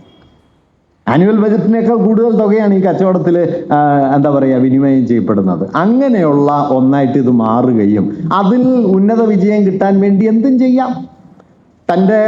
നിങ്ങൾ ഈ പരീക്ഷ റിസൾട്ട് വന്നു കഴിഞ്ഞാൽ ഈ പേപ്പറുകളിലൊക്കെ 1-ാം പേജിൽ പടം വരുമല്ലോ, നീറ്റിൽ ഇത്രാമത്തെ റാങ്ക് എന്ന്. ഞാൻ വെറുതെ ചില സമയത്തൊക്കെ നോക്കാറുണ്ട്, ഒരാളുടെ പടം തന്നെ 3 ഏജൻസിയൊക്കെ അടിക്കും. എന്താ വെച്ചാൽ ഒരു കോഴ്സ് അവിടെ പഠിച്ചിട്ടുണ്ട്, ഒരു കോഴ്സ് ഇവിടെ പഠിച്ചിട്ടുണ്ട്, ഇയാൾ ഇവിടുത്തെ കറസ്പോണ്ടൻസിലുണ്ട് എന്ന് പറഞ്ഞിട്ട് ഇതാരും ക്രോസ് ചെക്ക് ചെയ്യൊന്നുമില്ലല്ലോ. അങ്ങനെ ലക്ഷോപലക്ഷം മനുഷ്യർ എഴുതുകയല്ലേ, ആര് ജയിച്ചു, ആര് പാസ്സായി, ആർക്ക് ഇന്ന റാങ്ക് കിട്ടി എന്നൊന്നും പരിശോധിക്കുന്നില്ല. നിങ്ങൾ ശ്രദ്ധിച്ചിട്ടുണ്ടോ? കേരളത്തിൽ ഏറ്റവും കൂടുതൽ, കേരളത്തിൽ നിന്നല്ല ഇന്ത്യയിലെ ഏറ്റവും കൂടുതൽ പണം ചെലവഴിച്ച് പരസ്യം നൽകുന്ന ഒരു സംവിധാനം ഈ പരിശീലന കേന്ദ്രങ്ങളുടെയാണ്. ഇന്ത്യയിൽ ഏറ്റവും വലിയ കോർപ്പറേറ്റുകൾ നൽകുന്നത് പോലെ പരസ്യം നൽകുന്ന ഒരു സംവിധാനമാണ് ഈ നീറ്റ് പരീക്ഷയ്ക്കും JEEക്കും വേണ്ടിയിട്ടുള്ള പരിശീലന കേന്ദ്രങ്ങൾ. ഇത്രയും നഗ്നമായി നമ്മുടെ ഉന്നത വിദ്യാഭ്യാസം കച്ചവടവൽക്കരിക്കപ്പെട്ട, വാണിജ്യവൽക്കരിക്കപ്പെട്ട ഒരു സന്ദർഭം വാസ്തവത്തിൽ വേറെയില്ല. അതിൻ്റെ നടത്തിപ്പാണ് NTA എന്ന് പറയുന്ന ഒരു ഏജൻസി. ആരോടും അക്കൗണ്ടബിലിറ്റി ഇല്ല. പാർലമെന്റിൽ ഉത്തരം പറയണ്ട, സർക്കാരിനോട് ഉത്തരം പറയണ്ട, ആരാണ് ഉത്തരവാദി എന്ന് ആർക്കും അറിഞ്ഞുകൂടാ. പരീക്ഷ എങ്ങനെയോ നടക്കുന്നു, ആരോ പാസ്സാവുന്നു. CBSEയുടെ പരീക്ഷ നടന്നു. CBSEയുടെ പരീക്ഷ നടന്ന ഒരു കുഞ്ഞ് തൻ്റെ പേപ്പർ തിരിച്ചു വാങ്ങി നോക്കുന്ന സമയത്ത് അയാൾക്ക് കിട്ടുന്ന അയാളുടെ പേപ്പറല്ല, അയാൾക്ക് കിട്ടിയത് വേറെ ആരുടെയോ പേപ്പറാണ്.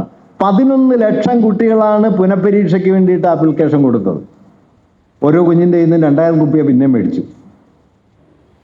നിങ്ങൾ തെറ്റായി ഇവാലുവേറ്റ് ചെയ്ത് നിങ്ങൾ വേറെ ആരുടെയോ പേപ്പർ നോക്കി എനിക്ക് മാർക്ക് തന്ന് അത് തിരുത്തണമെന്ന് ഞാൻ ആവശ്യപ്പെടുന്ന സമയത്ത് വാസ്തവത്തിൽ അതിൻ്റെ കാശ് ഇങ്ങോട്ട് തരിക വേണ്ട.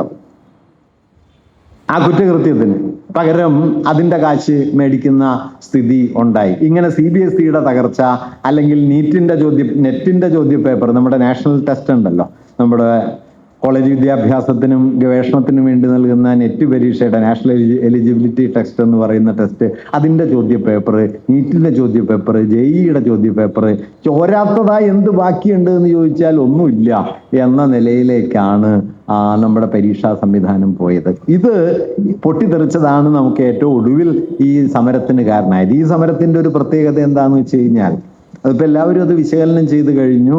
ഇക്കാര്യങ്ങളിലൊന്നും പൊതുവിൽ ഇതുവരെ വലിയ താല്പര്യം വച്ച് പുലർത്തിയിട്ടില്ലാത്ത, രാഷ്ട്രീയത്തിൽ വലിയ താല്പര്യമൊന്നുമില്ലാത്ത, തൻ്റെയും തൻ്റെ കുഞ്ഞുങ്ങളുടെയും വിദ്യാഭ്യാസം, വളർച്ച എന്നതൊക്കെ പൊതുവിൽ ലക്ഷ്യമാക്കി ജീവിച്ചു പോന്നിരുന്ന ഇന്ത്യയിലെ ഉപരിവർഗത്തിൻ്റെയും മധ്യവർഗത്തിൻ്റെയും ജീവിത പരിസരത്തിലേക്കാണ് ഈ പരീക്ഷാ പേപ്പർ ചോർച്ച കടന്നു കയറിയത്. കാരണം അവരേറ്റവും കൂടുതൽ ആശ്രയിച്ചിരുന്നത് ഇതുപോലുള്ള പരീക്ഷകൾ, അതിലൂടെ തങ്ങളുടെ മക്കൾക്ക് കിട്ടുന്ന റാങ്ക്, അതുവഴി അവർക്ക് കിട്ടുന്ന സാമൂഹ്യ പദവി, സോഷ്യൽ മൊബിലിറ്റി, ഇതൊക്കെയായിരുന്നു അവരുടെ ലക്ഷ്യം. അതിനെ മുഴുവൻ തകിടം മറിക്കുന്ന ഒന്നായിട്ട് ഇത് മാറി എന്നത് വന്നതോടെയാണ് വാസ്തവത്തിൽ ഇത് ഇക്കാലം വരെ നടന്ന സമരങ്ങളിൽ നിന്ന് വ്യത്യസ്തമായ ഒന്നായി തീർന്നത്. വളരെ ലളിതമായിട്ട് പറഞ്ഞാൽ, ഹിന്ദുത്വ രാഷ്ട്രീയത്തിന്റെ മാസ് ബേസായി ഉത്തരേന്ത്യയിൽ വികസിച്ചു വന്ന ഒരു സാമൂഹ്യ വിഭാഗത്തിനുള്ളിൽ നിന്ന് തന്നെയാണ് ഈ സമരത്തിന് ആധാരമായ വൈകാരിക പ്രക്ഷോഭങ്ങൾ വികസിച്ചത്. ഈ കഴിഞ്ഞ ദിവസം തെരുവിൽ നിൽക്കുന്ന ഒരു പിതാവ് പറയുന്നുണ്ടായിരുന്നു, അയാൾ പറയുന്നുണ്ട്, 2 പ്രാവശ്യം വിരൽ ചൂണ്ടിയിട്ട് പറയാണ്, 2 പ്രാവശ്യം BJPക്ക് വോട്ട് ചെയ്ത വിരലാണിത്, എൻ്റെ കുഞ്ഞാണ് അടികൊള്ളുന്നത് എന്ന് അയാൾ പറയുന്നുണ്ട്. ആ നിലയിൽ ഇന്ത്യയിലെ ഹിന്ദുത്വ രാഷ്ട്രീയത്തിന്റെ അടിവേരിളക്കാൻ പോന്ന മട്ടിലുള്ള ഒരു സംവിധാനമായി അത് മാറി. പക്ഷെ സമാന്തരമായി മറ്റൊന്ന് സംഭവിക്കുന്നുണ്ട്. ഇപ്പോൾ ഈ പാർലമെന്റ് സമ്മേളനത്തിൽ, ഈ സമരത്തിനിടയിൽ നമ്മൾ ശ്രദ്ധിക്കാതെ പോയ ഒരു കാര്യം, വേണ്ടത്ര ചർച്ചയിൽ വരാതെ പോയ കാര്യം, പല രാഷ്ട്രീയ പാർട്ടികളെ പിളർത്തി കുറെ MP-മാരെ വിലക്കെടുത്തിരുന്നല്ലോ. ഒറ്റക്കൊറ്റക്ക് വിലക്കെടുക്കൽ അവസാനിച്ചു, ഒരുമിച്ച് വാങ്ങുകയാണ്. തൃണമൂൽ കോൺഗ്രസ്സിൽ 10-22 MP-മാരുണ്ടായിരുന്നു. ഒരു ദിവസം നോക്കുമ്പോൾ 18 പേരും വേറൊരു കക്ഷിയായി. ആ കക്ഷിയാണെങ്കിൽ അക്കാലം വരെ ഒരു പാർലമെന്റ് മെമ്പർ എന്നല്ല, ഒരു പഞ്ചായത്ത് മെമ്പറെ പോലും ജയിപ്പിച്ചിട്ടില്ലാത്തൊരു കക്ഷിയായിട്ടാണ് ആ കക്ഷി മാറി തീർന്നത്. അവരിപ്പോ ഭരണകക്ഷിയുടെ ഭാഗമായി. ഉദ്ധവ് താക്കറയിൽ നിന്ന് അടർത്തിയെടുത്ത 4-5 പേര് ഭരണകക്ഷിയുടെ ഭാഗമായി. അതുപോലെ തന്നെ ആം ആദ്മിയിൽ നിന്ന് അടർത്തിയെടുത്ത കുറച്ച് പേര് ഭരണകക്ഷിയുടെ ഭാഗമായി. അങ്ങനെ അടുത്ത ദിവസങ്ങളിൽ അടർത്തിയെടുത്ത ആളുകളെയെല്ലാം ഭരണകക്ഷി അംഗങ്ങളായി അംഗീകരിച്ചുകൊണ്ട് സ്പീക്കറുടെ ഉത്തരവ് കഴിഞ്ഞ ദിവസങ്ങളിൽ വന്നിട്ടുണ്ട്. അതിൻ്റെ അർത്ഥം എന്താണെന്ന് വെച്ച് കഴിഞ്ഞാൽ പാർലമെന്റിൽ 2/3 ഭൂരിപക്ഷം എന്ന് അവർ പ്രതീക്ഷിക്കുന്ന ഭരണഘടനയെ തിരുത്താൻ, ഭേദഗതി ചെയ്യാൻ ആവശ്യമായ ഭൂരിപക്ഷം ഇതിനുള്ളിലൂടെ അവരുണ്ടാക്കിയെടുക്കുന്നു എന്നതാണ്. അതിൻ്റെ ഇമ്മീഡിയറ്റ് ആയ റിഫ്ലക്ഷൻ വരാൻ പോകുന്നത് നമ്മുടെ ഡീലിമിറ്റേഷൻ ബില്ല് എന്ന് പറയുന്നത് ഒരുപക്ഷെ വളരെ വൈകാതെ, ഒരുപക്ഷെ ഈ സമ്മേളനത്തിൽ തന്നെ നിർദ്ദേശിക്കപ്പെട്ടേക്കാം. ഡീലിമിറ്റേഷൻ എന്ന് പറയുന്നത് 540 സീറ്റുകൾ എന്നത് ഏതാണ്ട് 800 സീറ്റുകളായിട്ട് വലുതാക്കുകയും തങ്ങൾക്ക് ഭൂരിപക്ഷം കിട്ടുമെന്ന് അവർ പ്രതീക്ഷിക്കുന്ന, എപ്പോഴും അങ്ങനെയൊന്നും അല്ല കേട്ടോ, അവർ പ്രതീക്ഷിച്ച സ്ഥലത്തൊന്നും ഭൂരിപക്ഷമൊന്നും കിട്ടിയിട്ടില്ല. ഉറപ്പായിട്ടും ജയിക്കുമെന്ന് വിചാരിച്ചിട്ടാണ് ഇന്ദിരാഗാന്ധി 77 തെരഞ്ഞെടുപ്പ് നടത്തിയത്, അടിയന്തരാവസ്ഥ പിൻവലിച്ചത്. അവരൊട്ടും പ്രതീക്ഷിക്കാത്തൊരു സ്ഥലത്താണ് അവർ ജയിച്ചത്, അത് കേരളത്തിലാണ്. ഈ തെരഞ്ഞെടുപ്പിന്റെ പരാജയത്തിന്റെ ചരിത്രം ഓർക്കുമ്പോൾ നിങ്ങൾ അതുകൂടി ഓർക്കണം. 77 തെരഞ്ഞെടുപ്പിന് ശേഷം 140-ൽ 119 സീറ്റ് അന്നത്തെ കോൺഗ്രസ് മുന്നണിക്ക് കിട്ടിയ ഒരു സംസ്ഥാന നിയമസഭാ തെരഞ്ഞെടുപ്പാണ് 77 കേരളത്തിൽ നടന്നത്.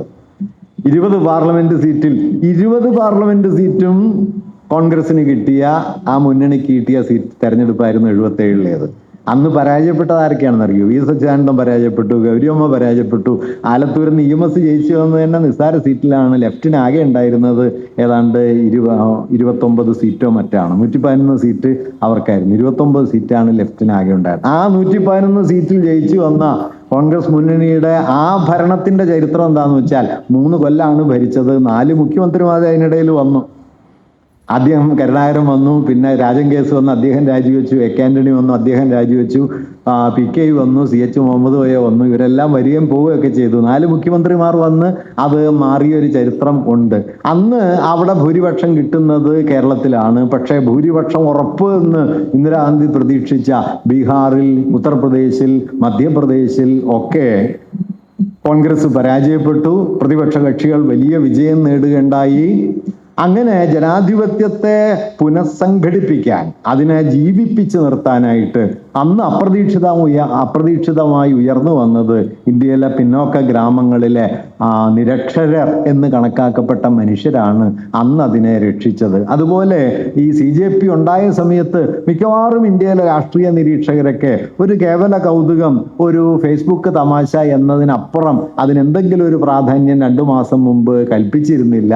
പക്ഷെ വളരെ പെട്ടെന്ന് അത് ഇന്ത്യൻ ജനാധിപത്യത്തിന്റെ വീണ്ടെടുപ്പിന്റെ ഒരു സന്ദർഭമായി മാറിത്തീർന്നു. അതുകൊണ്ട് ആ കുട്ടികളോടെല്ലാം വാസ്തവത്തിൽ നമ്മൾ കടപ്പെട്ടിരിക്കുന്നു എന്നുകൂടി പറയാൻ ഞാൻ ആഗ്രഹിക്കുന്നു. കാരണം നിരാശാഭരിതമായി തീർന്ന ഒരു ചരിത്ര സന്ദർഭത്തിൽ അതിനു മുകളിൽ പ്രത്യാശയുടെ ഒരു കൊടി ഉയർത്തിക്കെട്ടി എന്നത് ചെറിയ കാര്യമല്ല. അത് ആ കുഞ്ഞുങ്ങൾ ചെയ്തൊരു കാര്യമാണ്.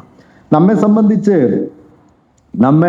നാം ഇന്ന് കടന്നു പോകുന്ന ഒരു ഘട്ടത്തിന്റെ സവിശേഷത എന്താന്ന് വെച്ചാൽ, ഇന്ത്യയുടെ ഭൂതകാലത്തെ മുഴുവൻ തടവിലാക്കിക്കൊണ്ട് അതിനു മുകളിൽ കൃത്രിമമായ ഒരു പാരമ്പര്യ സങ്കല്പം, സംസ്കാര സങ്കല്പം, ചരിത്ര സങ്കല്പം അടിച്ചേൽപ്പിക്കുന്ന ഒരു ഘട്ടമാണ് ഇപ്പോഴത്തേത്. നമ്മളൊരു വലിയ വിസ്മൃതിയിൽ കൂടിയാണ് കടന്നു പോകുന്നതെന്ന് പറയാം. സമീപകാലത്ത് ഇന്ത്യയിലെ ഏറ്റവും വലിയ ചരിത്ര പണ്ഡിതയായിട്ടുള്ള നമ്മുടെ റോമില ഥാപ്പർ, അവര് രൺബീർ ചക്രവർത്തി എന്ന് പറയുന്ന ചരിത്രകാരനുമായി നടത്തിയ ഒരു അഭിമുഖത്തിൽ അവരോട് ചോദിക്കുന്നുണ്ട്, ഇന്ത്യയിലെ ചരിത്ര വിജ്ഞാനത്തിന്റെ വളർച്ചയിൽ താങ്കൾ തൃപ്തയാണോ എന്ന് ചോദിക്കുന്നുണ്ട്. അപ്പൊ അവർ പറഞ്ഞ മറുപടി, ചരിത്ര വിജ്ഞാനത്തിന്റെ വളർച്ച വളരെ നല്ലതാണ്, വളരെ സൂക്ഷ്മമായി ഇന്ത്യയിൽ ചരിത്ര പഠനം നടക്കുന്നുണ്ട്, മറ്റേത് മേഖലകളെക്കാളും മെച്ചപ്പെട്ട നിലയിൽ ഇന്ത്യയിൽ ചരിത്ര പഠനം പുരോഗമിച്ചിട്ടുണ്ട്.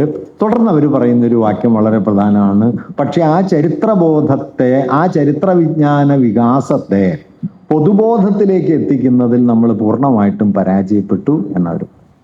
ഇത് വളരെ പ്രധാനപ്പെട്ട കാര്യമാണ്. നിർഭാഗ്യവശാൽ നമ്മൾ നമ്മുടെ വിദ്യാഭ്യാസ പ്രവർത്തനങ്ങളിൽ വേണ്ടത്ര ശ്രദ്ധ ചെലുത്താത്ത ഒരു കാര്യമാണ്, ഈ വിജ്ഞാനത്തെ സാമൂഹ്യ അവബോധമാക്കാൻ കഴിയുന്നുണ്ടോ? വിജ്ഞാനത്തിന് സാമൂഹിക ബോധമായി മാറുകയും നമ്മുടെ ജീവിത പരിസരങ്ങളിൽ അത് റിഫ്ലക്റ്റ് ചെയ്യുകയും ചെയ്യുന്നുണ്ടോ? ഇപ്പൊ നിങ്ങൾ കേരളത്തിലേക്ക് നോക്കൂ. കേരളം വിദ്യാഭ്യാസ വളർച്ചയിൽ, സാമൂഹിക വികാസത്തിൽ, പശ്ചാത്തല സൗകര്യങ്ങളുടെ വളർച്ചയിൽ അത്ഭുതകരമായ രൂപത്തിൽ മാറിയ ഒരു സമൂഹമാണ്. ഇത് ഇന്നിപ്പോൾ ആരും മനസ്സിലാക്കണ്ടാവില്ല. 1956 കേരളം നിലവിൽ വരുമ്പോൾ അഖിലേന്ത്യാ ശരാശരിയിൽ ദാരിദ്ര്യം എത്രയാണോ അതിനേക്കാൾ കൂടുതലാണ് കേരളത്തിലെ ദാരിദ്ര്യം. കേരളത്തിലെ ഏറ്റവും പിന്നാക്ക സംസ്ഥാനമാണ് ഇന്ത്യയിലെ. എന്ന് 58ഓ 59ഓ ആണ് അന്ന് അഖിലേന്ത്യാ തലത്തിൽ ദാരിദ്ര്യത്തിന്റെ തോത്. കേരളം 62ലാണ് 1956-ൽ. ഇന്ന് കേരളത്തിലെ ദാരിദ്ര്യത്തിന്റെ തോത് 0.5% എത്തി എന്ന് നിങ്ങൾക്കറിയാം. നീതി ആയോഗിന്റെ കണക്കിലൊക്കെ അഖിലേന്ത്യാ ശരാശരി ഇപ്പോഴും 12ഓ 13ഓ മറ്റാണ്. നമ്മൾ 0.5% എത്തി. അല്ലെങ്കിൽ നമ്മുടെ IMR ഇൻഫന്റ് മോർട്ടാലിറ്റി റേറ്റ് എന്ന് പറയുന്നത് 5 ആയിരിക്കുന്നു. 1000 കുഞ്ഞുങ്ങൾ ജനിക്കുമ്പോൾ 5 കുഞ്ഞുങ്ങളാണ് മരണപ്പെടുന്നത്. ലോകത്തിലെ തന്നെ ഏറ്റവും ഉയർന്ന IMR ആണ് നമ്മുടേത്. നമ്മുടെ പെർ ക്യാപിറ്റ ഏതാണ്ട് $3600 അതിന്റെ 25-30 മടങ്ങ് വലിപ്പമുണ്ട് അമേരിക്കയുടെ പെർ ക്യാപിറ്റ. $90,000 $90,000. ഈ $90,000 പെർ ക്യാപിറ്റയുള്ള അമേരിക്കയുടെ IMR എന്ന് പറയുന്നത് 5.4ഉം 5.6ഉം ഒക്കെയാണ്. $3600 പെർ ക്യാപിറ്റയുള്ള നമ്മുടെ IMR എന്ന് പറയുന്നത് 5ആണ്. അത്രയും മാറ്റം വന്നു. അതെന്തുകൊണ്ട് എന്ന് വെച്ച് കഴിഞ്ഞാൽ നമ്മുടെ സമൂഹം പുലർത്തുന്ന വലിയ ഒരു സാമൂഹിക ജാഗ്രതയാണ്, ഇടപെടൽ ശേഷിയാണ്. സമ്പത്ത് വലിയ തോതിൽ ഉണ്ടായിട്ടല്ല, പക്ഷെ അതിൻ്റെ നീതിപൂർണമായ വിതരണമുണ്ട്, പൊതുജനാരോഗ്യ സംവിധാനങ്ങളുണ്ട്, എല്ലാ സ്ഥലങ്ങളിലും പ്രൈമറി ഹെൽത്ത് സെൻ്ററുകളുണ്ട്, ചികിത്സാ സൗകര്യങ്ങളുണ്ട്, പ്രസവ ശുശ്രൂഷ നടക്കുന്നുണ്ട്. അങ്ങനെ കീഴ്ത്തട്ടിലേക്ക് എന്താ പറയുക, ആരോഗ്യ പരിപാലനത്തിൻ്റെ സംവിധാനങ്ങൾ ഏറ്റവും കീഴ്ത്തട്ടിലേക്ക് വിന്യസിക്കപ്പെട്ടതിൻ്റെ ഫലമാണ് നമ്മുടെ IMR 5ലേക്കൊക്കെ എത്തിയത് എന്ന കാര്യം പക്ഷേ കേരളത്തിലെ മധ്യവർഗത്തിന് ഇന്ന് ഓർമ്മയില്ല.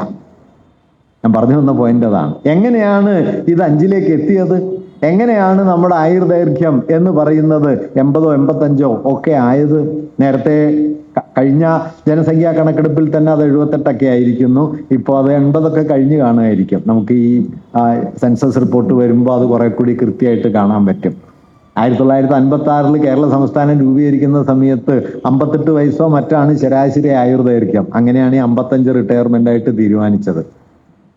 ഇപ്പം എന്താണെന്ന് വെച്ച് കഴിഞ്ഞാൽ ഒരാൾ ജോലി ചെയ്തതിനേക്കാൾ കൂടുതൽ കാലം അയാൾ പെൻഷൻ വാങ്ങുന്നു എന്നുള്ളതാണ് ഇപ്പോഴത്തെ ഒരു ക്രൈസിസ് പോയിന്റ് എന്ന് പറയാം. കാരണം 90 വയസ്സ് വരെയൊക്കെ ജീവിക്കുന്നു, നല്ല ആരോഗ്യമുണ്ട്, നല്ല മരുന്ന് കഴിക്കുന്നുണ്ട്, നല്ല ഭക്ഷണം കഴിക്കുന്നുണ്ട്. അങ്ങനെ 90ഉം 95 വയസ്സ് വരെയും ജീവിക്കുന്നു, 25 കൊല്ലം പണിയെടുക്കുന്നു, 40 കൊല്ലം പെൻഷൻ വാങ്ങുന്നു എന്ന നിലയിലേക്ക് പെൻഷൻ സിസ്റ്റം മാറി വന്നത് നമ്മുടെ പുതിയൊരു അന്തരീക്ഷമാണ്. കേരളം നേരിടാനിരിക്കുന്ന വലിയ അടുത്ത ഒരു സോഷ്യൽ ചലഞ്ച് എന്ന് പറയുന്നത് കേരളത്തിലെ വൃദ്ധജനങ്ങളുടെ എണ്ണം കൂടുകയും കേരളത്തിലെ യുവാക്കളുടെ എണ്ണം കുറയുകയും ചെയ്തു എന്നുള്ളതാണ്. ഇപ്പൊ ഈ വർഷം ഒരു പ്രത്യേക കണക്ക് വരികയുണ്ടായി. 1ാം ക്ലാസ്സിൽ പ്രവേശിച്ച കുട്ടികളുടെ എണ്ണം ഏതാണ്ട് 4 ലക്ഷത്തിന് മുകളിലാണ്. 4-4.25 ലക്ഷമാണ്. 6.5 ലക്ഷം കുട്ടികൾ പ്രവേശിച്ചിരുന്നു 10 കൊല്ലം മുമ്പ്. ഇപ്പൊ 4 ലക്ഷം കുട്ടികളായി.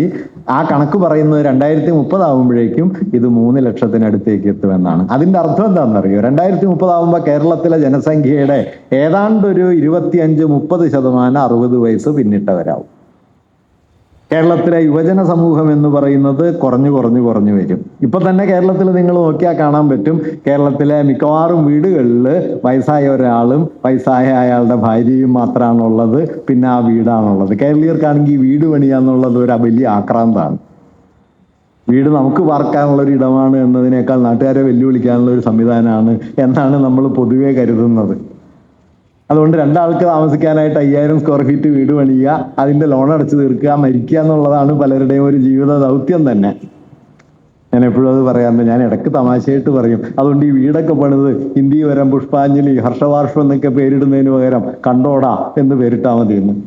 കാരണം എന്തായാലും നാട്ടുകാരെ വെല്ലുവിളിക്കാണല്ലോ, അപ്പൊ പിന്നെ പേരും അങ്ങനെ തന്നെ ഇടാം എന്ന്. പണ്ട് നമ്മുടെ ബാബറി പള്ളി പൊളിച്ച സമയത്ത് അഴീക്കോട് മാഷ് പറഞ്ഞൊരു ഫലിതമുണ്ട്. സന്യാസിമാരൊക്കെ ചേർന്നിട്ടാണല്ലോ പള്ളി പൊളിച്ചത്. അപ്പൊ മാഷ് പറഞ്ഞു, എല്ലാ കൊള്ളരുതാത്തവന്മാരും സന്യാസിമാരുടെ വേഷം കെട്ടി എന്തെങ്കിലും ഒരു ആനന്ദൻ എന്ന് പേരുമായിട്ട് വരും. അതുകൊണ്ട് എല്ലാവർക്കും കൂടി ഒരു പേര് മതി, കൊള്ളരുതാനന്ദൻ എന്ന് പറഞ്ഞതുപോലെ നമ്മുടെ മിക്കവാറും വീടുകൾക്കിടാവുന്ന ഒരു പൊതുപേരായിട്ട് ഇത് മാറിയിട്ടുണ്ട്. ഞാൻ പറയണത് ഇങ്ങനെ മധ്യവർഗപരമായ ഉപഭോഗാസക്തിയുടെ ആർത്തിയുടെ ഒരു വലിയ അന്തരീക്ഷം വരുന്നു. എന്തുകൊണ്ട് വരുന്നു? അവിടെയാണ് ഞാൻ നേരത്തെ പറഞ്ഞ പ്രശ്നം വരുന്നത്. വിദ്യാഭ്യാസം എന്നതൊരു സാമൂഹിക ബോധമായിട്ട് മാറില്ല എന്ന് ഉറപ്പുവരുത്തുന്ന മട്ടിൽ നമ്മുടെ വിദ്യാഭ്യാസത്തിന്റെ ഘടനയെ മാറ്റിക്കൊണ്ടിരിക്കുക. വിദ്യാഭ്യാസം ഓർമ്മ പരിശോധനയായിട്ടും വിദ്യാഭ്യാസം നൈപുണ്യ നിർമ്മാണമായിട്ടും മാറുന്നു.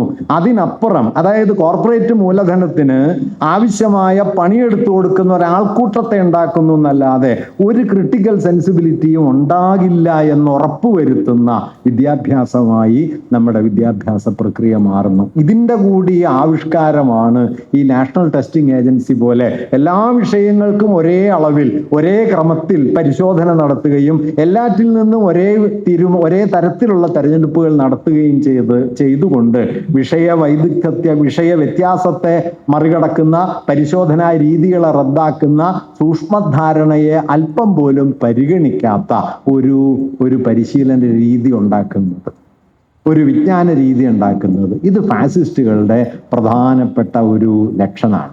കാരണം ഫാസിസ്റ്റുകളെ സംബന്ധിച്ച് ഫാഷിസത്തിന്റെ ഏറ്റവും പ്രധാനപ്പെട്ട ഒരു സ്വഭാവം എന്താന്ന് വെച്ചാൽ ആൾക്കൂട്ട നിർമ്മാണം. നമ്മുടെ ഫാഷിസം ലോകത്ത് രൂപപ്പെട്ട സമയത്ത് അന്ന് അതിനോടൊപ്പം ജീവിച്ച ഒരു വലിയ മനഃശാസ്ത്ര ചിന്തകനുണ്ട്, വിൽഹം റീഖ് എന്ന് പറയുന്ന ഒരാൾ. അദ്ദേഹം അതേക്കുറിച്ച് എഴുതിയ പുസ്തകത്തിന്റെ പേര് മാസ് സൈക്കോളജി ഓഫ് ഫാഷിസം എന്നാണ്. ഫാഷിസത്തിന്റെ ആൾക്കൂട്ട മനഃശാസ്ത്രം. ഫാഷിസം ഒരു സമൂഹത്തെ സമൂഹം എന്ന നിലയിൽ നിന്ന് ആൾക്കൂട്ടം എന്ന നിലയിലേക്ക് മാറ്റും. എന്താണ് ഇത് തമ്മിലുള്ള വ്യത്യാസം എന്ന് തിരിച്ചറിയേണ്ടതാണ്. സമൂഹം എന്നത് ഓരോ വ്യക്തിയും തൻ്റെ സവിശേഷമായ ജീവിത ബോധ്യത്തിൻ്റെ പുറത്തുറച്ചു നിൽക്കുകയും ആ ജീവിത ബോധ്യങ്ങളെ മുൻനിർത്തി സംഘടിക്കുകയും ഒരുമിച്ച് ജീവിക്കുകയും അന്യോന്യം വിനിമയം ചെയ്യുകയും ചെയ്യുമ്പോഴാണ് ഒരു സമൂഹം ഉണ്ടാകുന്നത്. അതായത് സമൂഹത്തിൽ മനുഷ്യരുടെ ഇച്ഛയ്ക്ക്, മനുഷ്യരുടെ തീരുമാനങ്ങൾക്ക്, ബോധപൂർവമായ കാഴ്ചപ്പാടുകൾക്ക് സമൂഹത്തിൽ വലിയ പ്രാധാന്യമുണ്ട്. ആൾക്കൂട്ടമാകട്ടെ ഇതൊന്നുമില്ലാത്തതാണ്. ആൾക്കൂട്ടം വ്യക്തിപരമല്ല, ആൾക്കൂട്ടം വിചിന്തനാത്മകമല്ല, വിമർശനാത്മകമല്ല, മറിച്ച് ഒരു കേവലമായ ഒരു ഭ്രാന്ത് ആണ് ആൾക്കൂട്ടത്തെ നയിക്കുക. ഈ ആൾക്കൂട്ടത്തെ ഉണ്ടാക്കാനാണ് ഫാഷിസ്റ്റുകൾ എപ്പോഴും ശ്രമിക്കുക. നിങ്ങൾ വർഗീയതയുടെ സംഘർഷ വേദികളിലൊക്കെ നോക്കിയാൽ കാണാൻ പറ്റും ആൾക്കൂട്ട ഭ്രാന്തിന്റെ അരങ്ങേറ്റം നമുക്ക് അവിടെ കാണാം. ഈ ഒരു സമൂഹത്തെ ആകമാനം ഈ നിലയിൽ ആൾക്കൂട്ടവൽക്കരിക്കാൻ അടിസ്ഥാനപരമായി വേണ്ടത് അവർക്ക് വിമർശനബോധം ഇല്ലാതാക്കുക. ഈ വിമർശനബോധത്തിൻ്റെ അഭാവം രൂപപ്പെടുത്താൻ, കേവലമായ ആൾക്കൂട്ടമായ ഒരു സമൂഹത്തെ മാറ്റി തീർക്കാൻ ഏറ്റവും കൂടുതൽ ഉപയുക്തമാകുന്ന ഒരു കാര്യം ആ ജനതയുടെ ചരിത്രബോധത്തെ നിർമ്മാർജ്ജനം ചെയ്യുക എന്നതാണ്. ഞാൻ അതിൻ്റെ എല്ലാ വിശദാംശങ്ങളും പറയുന്നില്ല. ഇന്ത്യയിൽ സംഭവിച്ച ഒരു വലിയ, നേരത്തെ ഞാൻ റോമില ഥാപ്പർ നൽകിയ ഒരു ആശയത്തെക്കുറിച്ച് പറഞ്ഞല്ല. ഥാപ്പർ പറഞ്ഞ ആശയം വളരെ പ്രധാനമാണ്. ചരിത്രവിജ്ഞാനം സൂക്ഷ്മമായി എവിടെ? പണ്ഡിത സദസ്സുകളിൽ, പൊതുബോധത്തിലോ? പൊതുബോധത്തിൽ വർഗീയവൽക്കരിക്കപ്പെട്ട ചരിത്രധാരണ പഴയതിനേക്കാൾ എത്രയോ ശക്തമായി. ഇപ്പൊ നിങ്ങൾ കേരളത്തിലെ ആളുകളോട് ചോദിച്ചു നോക്കൂ, ആരാണ് ടിപ്പു സുൽത്താൻ എന്ന് ചോദിച്ചു നോക്കൂ.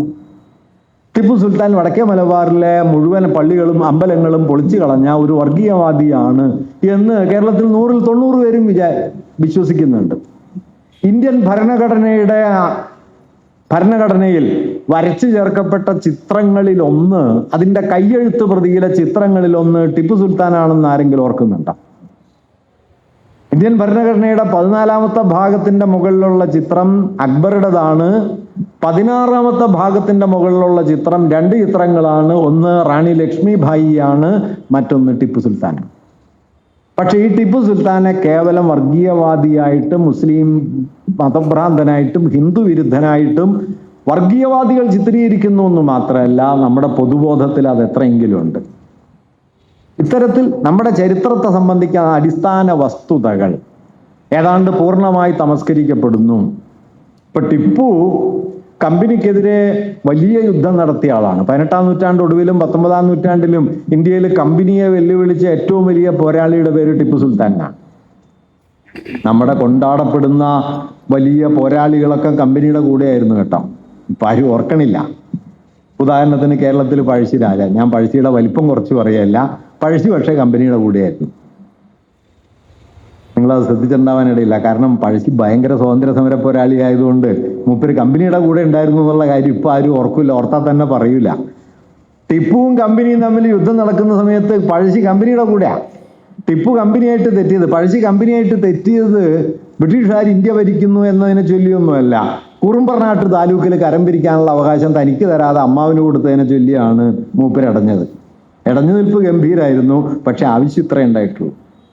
ടിപ്പു പക്ഷേ ബ്രിട്ടീഷ് സാമ്രാജ്യാധികാരവുമായിട്ട് കമ്പനിയുമായിട്ട് ഒരു തരത്തിലുള്ള ഒത്തുതീർപ്പിനും ശ്രമിക്കാതിരിക്കുകയും അടിമുടി എതിർക്കുകയും കമ്പനിയെ എതിർക്കാൻ വേണ്ടി, ബ്രിട്ടീഷ് സാമ്രാജ്യത്തെ എതിർക്കാൻ വേണ്ടിയിട്ട് ഫ്രഞ്ചുകാരുമായി, നെപ്പോളിയനുമായിട്ട് ബന്ധം സ്ഥാപിക്കാൻ ശ്രമിക്കുകയും ചെയ്ത ഒരാളായിരുന്നു ടിപ്പു സുൽത്താൻ. വാസ്തവത്തിൽ ബ്രിട്ടീഷുകാരും നെപ്പോളിയനും തമ്മിലുള്ള യുദ്ധത്തിൽ നെപ്പോളിയൻ ജയിച്ചിരുന്നുവെങ്കിൽ ഇന്ത്യ ചരിത്രം മൊത്തം വേറൊന്നായേനെ. നിർഭാഗ്യവശാൽ വാട്ടർലൂവിൽ അതല്ല സംഭവിച്ചത്. ഞാൻ പറഞ്ഞു വരുന്നത് ഇത് ശരിയോ തെറ്റോ എന്നല്ല, പക്ഷെ ഇത് നമ്മുടെ ഓർമ്മയിലില്ല. ഇന്ത്യയുടെ ഭൂതകാലത്തെ മുഴുവൻ ഹിന്ദുത്വവൽക്കരിക്കുന്ന ഒരു പാഠ്യപദ്ധതി ഉണ്ടായിക്കൊണ്ടേയിരിക്കുന്നു. ഇപ്പൊ കീഴടിയിലെ ഗവേഷണം പൂട്ടിക്കാനായിട്ട് എന്തെല്ലാം പരിശ്രമങ്ങൾ നടക്കുന്നു. കീഴടിയെന്നും കീഴടിയെന്നും പറയുന്ന തമിഴ്നാട്ടിലെ മധുരയ്ക്ക് തൊട്ടപ്പുറത്തുള്ള ആ ഗ്രാമത്തിൽ നിന്ന് ഉത്ഖനനം ചെയ്തെടുക്കപ്പെട്ട തെളിവുകൾ നമ്മോട് പറയുന്നത് എന്താണ്? ഇന്ത്യയിലെ ഇരുമ്പ് യുഗം ആരംഭിക്കുന്നത്, ഒരുപക്ഷെ ലോകത്ത് തന്നെ ഇരുമ്പ് യുഗം ഏറ്റവും പ്രാചീന ദശയിൽ ആരംഭിച്ചത് തമിഴകത്താണ്.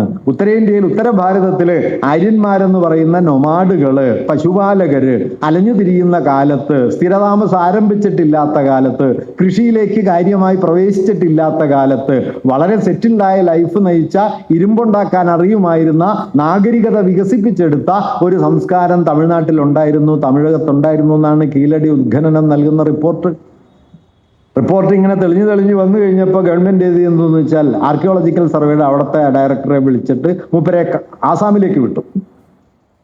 എന്നിട്ട് മൂപ്പരോട് റിപ്പോർട്ട് തിരുത്താൻ ആവശ്യപ്പെട്ടു. മൂപ്പര് വിജ്ഞാനത്തിൽ സത്യസന്ധതയുള്ള ഒരാളായതുകൊണ്ട് ആ റിപ്പോർട്ട് മൂപ്പര് തിരുത്തി കൊടുത്തില്ല. കഴിഞ്ഞ സ്റ്റാലിൻ ഗവൺമെന്റ് കീഴടിയൊക്കെ വലിയ ഒരു ആർക്കിയോളജിക്കൽ സൈറ്റായി നിലനിർത്തിയിട്ടുണ്ട്. ഇന്നത് ഇപ്പൊ തമിഴ്നാട്ടിൽ വേറൊരു സ്ഥലത്ത് കൂടി സമാനമായ തെളിവുകൾ കണ്ടെടുക്കപ്പെടുന്നുണ്ട്. ഇന്ത്യയുടെ ഭൂതകാലത്തെ മുഴുവൻ, ഞാൻ അടുത്തിടയ്ക്ക് ഡൽഹിയിൽ പോയപ്പോ ഗാന്ധി സ്മൃതിയിൽ പോവുകയുണ്ടായി. ഗാന്ധി സ്മൃതി എന്ന് പറഞ്ഞു കഴിഞ്ഞാൽ ബിർള ഹൗസ്. ഗാന്ധി അവസാനം ജീവിച്ച 114 ദിവസം ജീവിച്ചത് ബിർള ഹൗസിലാണ്. ഗാന്ധി സാധാരണ ജീവിച്ചിരുന്നത് ഡൽഹിയിൽ, കഴിഞ്ഞിരുന്നത് ഭംഗി കോളനിയിലാണ്, തോട്ടികളുടെ കോളനിയിലാണ്. അവസാന കാലത്ത് കലാപമുഖരിതമായതുകൊണ്ട് ഗാന്ധി അവിടുത്തെ താമസം മാറ്റി ഗാന്ധിയെ ബിർള ഹൗസിലാണ് താമസിപ്പിച്ചത്. ബിർള ഹൗസ് ഇന്ന് ഗാന്ധി മ്യൂസിയം സ്മൃതിയാണ്, ഗാന്ധി മ്യൂസിയമാണ്. ഞാൻ ഏറ്റവും ഒടുവിൽ പോകുമ്പോൾ ഞാനത് മുഴുവൻ ഇങ്ങനെ വെറുതെ വായിച്ചു നോക്കി. പണ്ട് 1-2 തവണ പോയിട്ടുണ്ട്. ഇത്തവണ കൂടുതൽ സമയം കിട്ടിയതുകൊണ്ട് അവിടുത്തെ പാനലുകളൊക്കെ വായിച്ച് ഗാന്ധി വധത്തിലേക്ക് എത്തുന്ന സമയത്ത് ഗാന്ധി വധത്തിന്റെ വിവരണത്തിൽ നിങ്ങൾ ഗോഡ്സെ എന്ന പേര് കാണുകയേയില്ല. ഗോഡ്സെ എന്ന പേരില്ല. ഉള്ളത് ദ അസാസിൻ എന്നാണ്. കൊലയാളി, ആരോ ഒരു കൊലയാളി വരുന്നു, ഗാന്ധിയെ വെടിവെച്ച് വീഴ്ത്തുന്നു, മൂപ്പര് തിരിച്ചു പോകുന്നു. അല്ലാതെ ഇതിലൊരു നോക്കൂ, 6ാമത്തെ തവണ നടക്കുന്ന ശ്രമത്തിലാണ് ഗാന്ധി കൊല്ലപ്പെടുന്നത്. അല്ലാതെ 1ാമത്തെ ശ്രമമൊന്നുമല്ല. 1935 മുതൽ 48 ജനുവരി 30 വരെ 6 വധശ്രമങ്ങൾ ഗാന്ധിക്കെതിരെ നടന്നു. 6ാമത്തേലാണ് ഗാന്ധി കൊല്ലപ്പെട്ടത്. ഈ 6 വധശ്രമങ്ങളിൽ 1ാമത്തേതിന്റെ ആസൂത്രണത്തിൽ ഗോഡ്സെയും ആപ്തയും ഉണ്ട്. അവസാനത്തെയും അതിന് തൊട്ടു മുമ്പിലത്തെ ആസൂത്രണത്തിൽ ഇവർ രണ്ടുപേരുണ്ട്. 48 ജനുവരി 20-നും 48 ജനുവരി 30-നും നടന്ന ആസൂത്രണങ്ങളിൽ ഇവർ രണ്ടുപേരുണ്ട്. എന്തായിരുന്നു ഗാന്ധിക്കെതിരെയുള്ള ഈ ഹിന്ദുത്വവാദികളുടെ, സനാതനികളുടെ അടിസ്ഥാന പ്രശ്നം? 2ാം വട്ടമേശ സമ്മേളനം കഴിഞ്ഞ് അംബേദ്കറുമായുള്ള കൂടിക്കാഴ്ചയ്ക്ക് ശേഷം, അംബേദ്കറുമായുള്ള കൂടിക്കാഴ്ച ഗാന്ധിയെ വലിയ തോതിൽ ഒലച്ചു കളഞ്ഞ ഒരു കാര്യമാണ്. ഗാന്ധിയോട് അംബേദ്കർ പറഞ്ഞു, അംബേദ്കറോട് ഗാന്ധി പറയുന്നു, താങ്കള് സ്വാതന്ത്ര്യ സമരത്തില് പങ്കെടുക്കണം, താങ്കളുടെ ഇപ്പോഴത്തെ പ്രവർത്തന രീതി നമ്മുടെ മാതൃരാജ്യത്തിന്റെ സ്വാതന്ത്ര്യത്തെ തടസ്സപ്പെടുത്തും എന്ന്. അംബേദ്കർ വളരെ ബ്ലണ്ടായിട്ടുള്ള ഒരു മറുപടിയാണ്. അംബേദ്കറുടെ പിന്നെ ഭാഷ അങ്ങനെയാണ്. അദ്ദേഹം മഹാത്മാവ് എന്നുള്ള പരിവേഷത്തിലൊന്നും അല്ല സംസാരിക്കുക. അദ്ദേഹം എടുത്തടിച്ച പോലെ പറയുന്ന ഒരു ഭാഷാ രീതിയുടെ ആളാണ്. അംബേദ്കർ ഗാന്ധിയോട് പറഞ്ഞ ഒരു വാക്യം ഏതാണ്ട് ഇങ്ങനെയാണ്: mister Gandhi, we don't have A motherland. ഞങ്ങൾക്കൊരു മാതൃരാജ്യം ഇല്ല. ഈ മാതൃരാജ്യം എന്ന് അങ്ങ് പറയുന്നത് അങ്ങയുടെയും ഇന്ത്യയിലെ ജാതി ഹിന്ദുക്കളുടെയും മാതൃരാജ്യമാണ്, ഞങ്ങളുടെ അല്ല.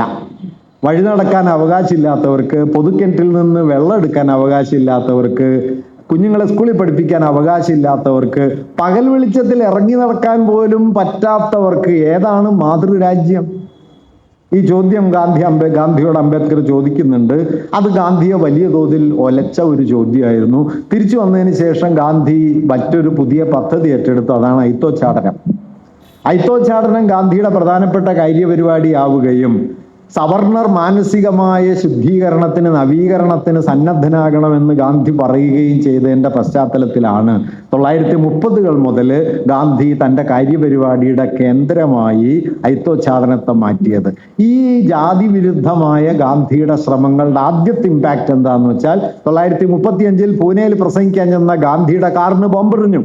ആ ബോംബെ ആസൂത്രണം ചെയ്യുന്നതിൽ ഇവർ രണ്ടുപേരും വലിയ പങ്ക് വഹിച്ചു. ആ സന്ദർഭത്തിൽ ഇവരവിടെയുണ്ട്, ഗോഡ്സെയും ആപ്തയും. അന്ന് ഗാന്ധി വരേണ്ടിയിരുന്ന കാറിൽ ഗാന്ധി വന്നില്ല. പിന്നാലെ വന്ന മറ്റൊരു കാറിലാണ് ഗാന്ധി വന്നത്.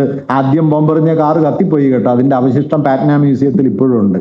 അതിന്റെ സ്കെലിറ്റൻ എന്ന് പറയാവുന്ന അതിന്റെ അസ്ഥികൂടം അവിടെ ഇപ്പോഴും ഉണ്ട്. തുടർന്ന് ഇങ്ങോട്ട് 5 തവണ കൂടി ഗാന്ധിക്കെതിരായ ആക്രമണം നടന്നു. 48 ജനുവരി 20 ഗാന്ധിയെ മദൻലാൽ പഖുവ ബോംബെറിഞ്ഞു. പക്ഷെ ഗാന്ധിയെ വെടിവെച്ചു കൊല്ലാനായിട്ട് നിയോഗിക്കപ്പെട്ടിരുന്ന ഒരാൾക്ക് പേടി മൂലമോ മറ്റോ അത് ചെയ്യാൻ പറ്റിയില്ല. അതിന് പിന്നാലെയാണ് 48 ജനുവരി 30 ഗാന്ധിയെ കൊലപ്പെടുത്തുന്നത്. ഞാൻ പറഞ്ഞു വന്നത്, ഗോഡ്സെ എന്ന് പറയുന്നത് ഒരാളുടെ പേരല്ല. ഗോഡ്സെ എന്ന് പറയുന്നത് ഇന്ത്യയിൽ പ്രവർത്തിച്ചുകൊണ്ടിരിക്കുന്ന, ഇപ്പോഴും വളരെ ശക്തമായി തുടരുന്ന ഒരു വീക്ഷണത്തിന്റെ പേരാണ്. ആ വീക്ഷണത്തിന്റെ ഒരാവിഷ്കാരം ഇന്നലെ ഉണ്ടായി.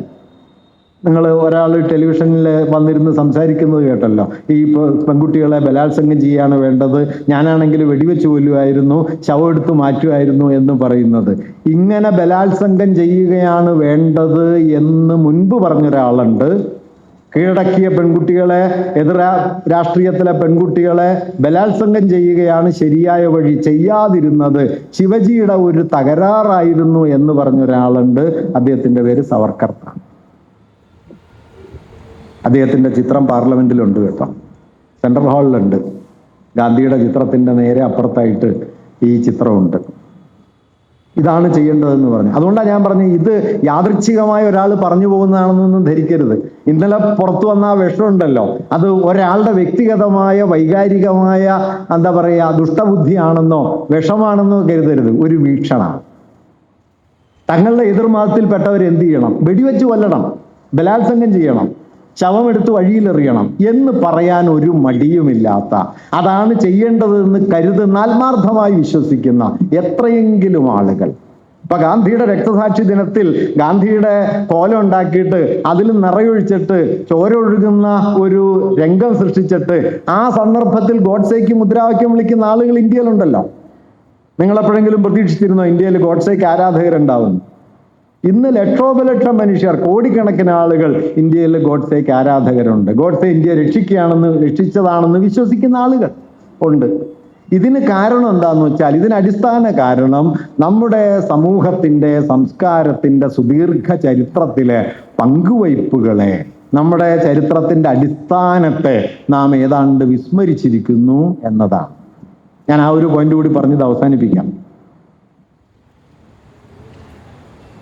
നിങ്ങൾ പോകാൻ തിരക്കിലിരിക്കുകയാണ്, ഇന്ത്യ ചരിത്രം കേൾക്കാനല്ല എന്ന് എനിക്കറിയാം.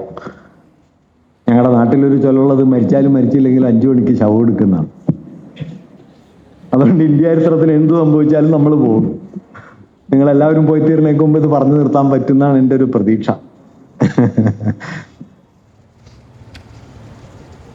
ഇന്ത്യയുടെ ചരിത്രത്തെ നമ്മൾ മനസ്സിലാക്കുന്നതിലുള്ള അടിസ്ഥാനപരമായ തകരാറ്, നമ്മൾ മതനിരപേക്ഷത എന്ന് വലിയ തോതിൽ പറയുന്നു, ഈ ചർച്ച പറയുന്നു, ഭരണഘടനയെക്കുറിച്ച് പറയുന്നു. ഈ ഭരണഘടനയ്ക്കും മതനിരപേക്ഷതയ്ക്കും ആധാരമായ ഒരൊറ്റ പ്രമേയത്തെക്കുറിച്ച് കൂടി പറഞ്ഞ് ഞാനിത് നിർത്താം, നിങ്ങൾക്കൊരു പ്രതീക്ഷയാവട്ടെ. ഈ ഒരൊറ്റ പ്രമേയത്തെക്കുറിച്ച്, ഇത് രണ്ടും തമ്മിൽ കൂട്ടിയിണക്കുന്നുണ്ട് അവിടെ. ഇന്ത്യയുടെ ഏൻഷ്യന്റ് ഹിസ്റ്ററിയും നമ്മുടെ ഭരണഘടനയുടെ അടിസ്ഥാന തത്വവും തമ്മിൽ കൂടിയിണങ്ങുന്നുണ്ട്. ആ വാക്യം ഇതാണ്: India that is Bharat shall be a union of States. എന്താ അതിന്റെ അർത്ഥം? പുതുതായി നിലവിൽ വരുന്ന കുറച്ച് സംസ്ഥാനങ്ങൾ ചേർന്നുണ്ടാകുന്ന ഒരു യൂണിയനാണ് ഇന്ത്യ എന്ന രാഷ്ട്രം എന്ന വാചികാർത്ഥമേ അല്ല. ഇന്ത്യയുടേത് അടിസ്ഥാനപരമായ ഒരു ബഹുസ്വര ജീവിതമാണ്. ഇന്ത്യ ഏതെങ്കിലും ഒരു മതം കൊണ്ടോ പാരമ്പര്യം കൊണ്ടോ ഭാഷ കൊണ്ടോ നിർവചിക്കാനാകാത്ത, ആ വീക്ഷണങ്ങളെയൊക്കെ മറികടന്നു പോകുന്ന ഒന്നാണ് ഇന്ത്യ എന്ന ആശയം. ഇത് പക്ഷെ നമ്മൾ എത്രത്തോളം മനസ്സിലാക്കുന്നുണ്ട്? ഇപ്പോ 1949 നവംബർ 26 ഭരണഘടന നിലവിൽ വന്ന് 3 ദിവസം കഴിഞ്ഞപ്പോൾ RSS അതിനെതിരെ മുഖപ്രസംഗം എഴുതി, ഓർഗനൈസർ. ആ മുഖപ്രസംഗത്തിലും പിന്നീട് ഗോൾവാൾക്കറുടെ പ്രസംഗത്തിലും ഒക്കെ പറഞ്ഞ ഒരു കാര്യം, the very first article itself, ഒന്നാം അനുച്ഛേദം എന്നത് തന്നെ വിഭജനത്തിന്റെ വിത്താണ് എന്നാണ്. കാരണം ഒരു യൂണിറ്ററി സ്റ്റേറ്റിന് പകരം, ഒരു ഏകാത്മക രാഷ്ട്രത്തിന് പകരം സംസ്ഥാനങ്ങളുടെ യൂണിയനായി ഇന്ത്യയെ സങ്കല്പിക്കുന്നത് ഇന്ത്യയുടെ രാഷ്ട്രസത്തയ്ക്കെതിരല്ല. ഏതാണ് ഇവർ സങ്കല്പിക്കുന്ന രാഷ്ട്രസത്ത? അത് ഹിന്ദുത്വത്തിന്റെ മതരാഷ്ട്രപരമായ യുക്തിയാണ്. ഈ മതരാഷ്ട്രപരമായ യുക്തിയെ ചെറുക്കാൻ, പ്രതിരോധിക്കാൻ വാസ്തവത്തിൽ ഇന്ത്യ ചരിത്രത്തിൽ നല്ല ആധാര തത്വങ്ങളുണ്ട്. ഇന്ത്യ ഏതെങ്കിലും ഒരു കാലത്ത് ഒരു സംസ്കാരത്തിന്റെ, ഒരു മതത്തിന്റെ, ഒരു ഭാഷയുടെ ആവിഷ്കാരമായിട്ടില്ല. ഇന്ത്യൻ ജനത മുഴുവൻ രൂപപ്പെട്ടത് 3 കുടിയേറ്റങ്ങളിൽ നിന്നാണ്. ഒന്ന് 60,000 കൊല്ലം മുമ്പ് ഔട്ട് ഓഫ് ആഫ്രിക്ക എന്ന പേരിൽ ആഫ്രിക്കയിൽ നിന്നിടെ വടക്കൻ ഭാഗത്തു നിന്ന് ഇന്ത്യയിലേക്ക്, പടിഞ്ഞാറൻ ഭാഗത്തു നിന്ന് ഏഷ്യയിലേക്കും ഇന്ത്യയിലേക്കും ഉണ്ടായ കുടിയേറ്റം 60,000 കൊല്ലം മുമ്പ്. പിന്നീട് ഒരു 14,000 15,000 കൊല്ലങ്ങൾക്ക് മുമ്പ് ദക്ഷിണേഷ്യയിൽ നിന്നും ഉത്തരേഷ്യയിൽ നിന്നും വടക്കൻ ഏഷ്യയിൽ നിന്നും തെക്കൻ ഏഷ്യയിൽ നിന്നും ഇന്ത്യയുടെ 2 ഭാഗങ്ങളിലേക്കുണ്ടായ കുടിയേറ്റങ്ങൾ. അതിൽ ആദ്യത്തേതാണ് ഇൻഡസ് വാലി അടക്കമുള്ള കാർഷിക സംസ്കാരങ്ങൾക്ക് ആധാരമായത്. രണ്ടാമത്തേതാണ് നമ്മുടെ ബംഗാൾ പ്രവിശ്യയിലും അതുപോലെ ഒറീസ, മധ്യപ്രദേശ് തുടങ്ങിയ പ്രദേശങ്ങളിലും വളരെ പ്രബലമായ ആദിവാസി സംസ്കാരങ്ങൾക്ക് ആധാരമായത്, ഗോണ്ടുക്കൾ എന്നൊക്കെ വിളിക്കുന്ന ജനവിഭാഗങ്ങൾ രൂപപ്പെട്ടത്. ഈ 2 കുടിയേറ്റങ്ങളും ഏതാണ്ട് 12,000 വർഷത്തിനും 15,000 വർഷത്തിനിടയിൽ നടക്കുന്നു. പിന്നെ ഒരു 5,000 കൊല്ലം മുമ്പ്, പൊതുവർഷാരംഭത്തിന് ഒരു 3,000 കൊല്ലം മുമ്പ് ആര്യന്മാർ ഇന്ത്യയിലേക്ക് വരുന്നു. ഇൻഡസ് വാലിയുടെ തകർച്ചയ്ക്ക് പിന്നാലെ അവർ ഗംഗാതടങ്ങളിലെത്തി പുതിയൊരു നാഗരികത കെട്ടിപ്പടുക്കുന്നു. അതിനെയാണ് നമ്മൾ വൈദികം, ബ്രാഹ്മണികം എന്നൊക്കെ വിളിക്കുന്നത്. വേദങ്ങൾ, ഉപനിഷത്തുകൾ, പുരാണങ്ങൾ, ഇതൊക്കെ. ഇതിന്റെ തകർച്ചയ്ക്ക് പിന്നാലെ ബുദ്ധമതം ഉയർന്നു വരുന്നു, അശോകൻ ഉണ്ടാകുന്നു, അശോക സാമ്രാജ്യം, മൗര്യഭരണം ഉറയ്ക്കുന്നു. മൗര്യഭരണത്തിന്റെ തകർച്ചയ്ക്ക് പിന്നാലെ എത്രയെങ്കിലും വിഭാഗങ്ങൾ കുടിയേറുന്നു. ചാകന്മാര്, കുശാനന്മാര്, ഇൻഡോ പാർത്തിയന്മാര്, ബാക്ട്രിയൻ ഗ്രീസുകാര്, തുർക്കികള്, മുഗളന്മാര്, യവനര്, എത്രയെങ്കിലും ആളുകൾ കുടിയേറുന്നു. അവരൊക്കെ ഇന്ത്യൻ ജീവിതത്തിൽ പലതരത്തിൽ കലരുന്നു. തികച്ചും തദ്ദേശീയമെന്ന് നമ്മൾ കരുതുന്ന പലതും വാസ്തവത്തിൽ കുടിയേറി വന്നവരുണ്ടാക്കിയതാണ്. ഇപ്പൊ ഞാൻ കേരളത്തിൽ 1-2 ഉദാഹരണം പറയാം. നമ്മുടെ നാലുകെട്ടിന്റെ പഠിപ്പുരയുണ്ടല്ലോ, കേരളത്തിലൊരു പ്രധാനപ്പെട്ട വാസ്തുരൂപമാണല്ലോ, ചൈനക്കാരുണ്ടാക്കിയതാണ്. ചൈനീസ് വാസ്തുശില്പത്തിൽ നിന്നാണ്. ഈ തിരുവാതിര കളിക്കുമ്പോൾ മുടി കെട്ടുന്ന രീതിയില്ല, കൊണ്ട കെട്ടുക എന്ന് പറയും, ഒട്ടക്കെട്ട്. ചൈനീസ് കേശാരംഗാർ രീതിയാണ്. അതുകൊണ്ട് ഓമനക്കുട്ടൻ ഗോവിന്ദൻ എന്ന് പറഞ്ഞ് ഡാൻസ് കളിക്കുന്ന സമയത്ത് ചൈന കൂടെ ഉണ്ട്. അല്ല, അത് കേരളീയ നൃത്തമൊന്നുമല്ല. ഇതൊരു കുറവല്ല കേട്ടോ, ഞാനതിനെ വളരെ വലിയ കാര്യമായിട്ടാണ് കാണുന്നത്. വലിയൊരു പങ്കുവയ്പ്പിന്റെ ചരിത്രമാണല്ലോ. എത്രയെങ്കിലും സംസ്കാരങ്ങൾ ഇങ്ങനെ പങ്കുവയ്ക്കപ്പെട്ടു. ഇപ്പൊ നിങ്ങൾ ശ്രദ്ധിച്ച് കാണാൻ ഇടയില്ലാത്തൊരു കാര്യം, ഇന്നിപ്പോ കേരളത്തിലെ, ഇന്ത്യയിലെ തന്നെ ഏറ്റവും വലിയ കലാപരിപാടിയാണല്ലോ ജ്യോതിഷം, മുഹൂർത്തം, ഫലപ്രവചനം ഒക്കെ. ഇന്ത്യയിൽ ജ്യോതിശാസ്ത്രം വളരെ ശക്തമായിരുന്നു ഒരു ഘട്ടത്തിൽ. കേരളം അതിന്റെ പ്രധാനപ്പെട്ട കേന്ദ്രമായിരുന്നു. ഭൂമി സൂര്യനെ ചുറ്റിക്കറങ്ങുകയാണ്, സൂര്യൻ ഭൂമിയെ ചുറ്റിക്കറങ്ങുകയല്ല എന്ന് ആദ്യം നിരീക്ഷിക്കുന്ന ആളുകളിൽ ഒരാൾ കേരളീയൻ എന്ന് വിശ്വസിക്കപ്പെടുന്ന ആര്യഭടനം, ആര്യഭടീയം. ആര്യഭടീയത്തിലെ ഗോളപാദത്തില് ഒരു ശ്ലോകത്തിന്റെ അർത്ഥം ഏതാണ്ട് ഇങ്ങനെയാണ്: നിങ്ങളൊരു തോണിയിൽ കയറി പുഴയിലൂടെ സഞ്ചരിക്കുമ്പോൾ നദീതീരത്തെ സസ്യലതാദികൾ അനങ്ങുന്നതായും നിങ്ങൾ അനങ്ങാതെ നിൽക്കുന്നതായും എങ്ങനെയാണോ തോന്നുന്നത്, അതുപോലെയാണ് സൂര്യൻ ഭൂമിയെ ചുറ്റിക്കറങ്ങുന്നതായും ഭൂമി നിശ്ചലമായി നിൽക്കുന്നതായും നിങ്ങൾക്ക് അനുഭവപ്പെടുന്നത്. നമ്മൾ ബസ്സിൽ പോകുമ്പോൾ നമ്മൾ അനങ്ങാതിരിക്കുന്നു, മറ്റേ മരങ്ങളൊക്കെ പുറകോട്ട് ഓടുന്നു എന്ന് പറയുമല്ലോ. അതേ യുക്തി തന്നെയാണ് അദ്ദേഹം അന്ന് പറഞ്ഞത്. ഇത് എഴുതിയത് AD 499 പൊതുവർഷം 5-ാം നൂറ്റാണ്ടില്. മറ്റേ കോപ്പർനിക്കസ് ഒക്കെ വരുന്നത് പിന്നെ 1000 കൊല്ലം കഴിഞ്ഞിട്ടാണ്. ഇതിപ്പോ സംഖ്യകളോട് പറയേണ്ട കാര്യമില്ല കേട്ടോ. അവര് അതും ഞങ്ങളാണ് ആദ്യം കണ്ടുപിടിച്ചതെന്ന് പറഞ്ഞ് ചാടി പുറപ്പെടും. എനിക്ക് അങ്ങനെ ഒരു അസുഖമില്ല, അതിന് ചികിത്സയുമില്ല. ഞാൻ പറഞ്ഞു വന്നത് എന്താണെന്ന് വെച്ച് കഴിഞ്ഞാൽ, ഇങ്ങനെ ജ്യോതിശാസ്ത്രത്തിന്റെ ഗണിത പാരമ്പര്യം വളരെ ശക്തമായിരുന്ന ഇന്ത്യൻ ജ്യോതിശാസ്ത്രത്തിലേക്ക് പിന്നീട് വന്ന് കയറിക്കൂടിയ ഒരു ഭാഗമാണ് പ്രവചന ഭാഗം, ഫലഭാഗം. അതാണ് മുഹൂർത്ത ജ്യോതിഷമായിട്ട് മാറിയത്.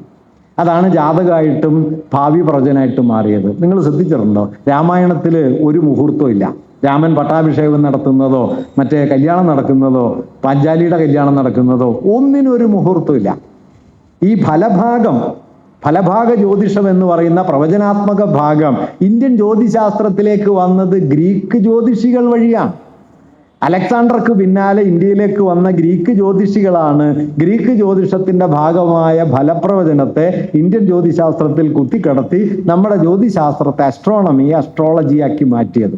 ഇന്നിപ്പോ നമ്മൾ കരുതണത് എന്താന്ന് വെച്ച് കഴിഞ്ഞാൽ, ഇന്ത്യക്കാരുടെ വളരെ പ്രധാനപ്പെട്ട ഒരു പാരമ്പര്യമാണ് ജ്യോതിഷം. അപ്പുറത്തുനിന്ന് വന്നതാ.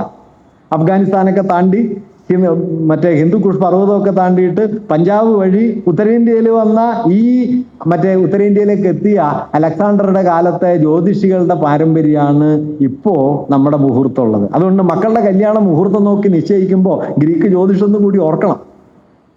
ഞാൻ പറഞ്ഞു വന്നതെന്ന് വെച്ചാൽ ഇങ്ങനെ എത്രയോ കൂടിക്കലരലുകളുടെ കൊടുക്കൽ വാങ്ങലുകളുടെ കഥയാണ് നമ്മുടെ പാരമ്പര്യത്തിൻ്റെത്.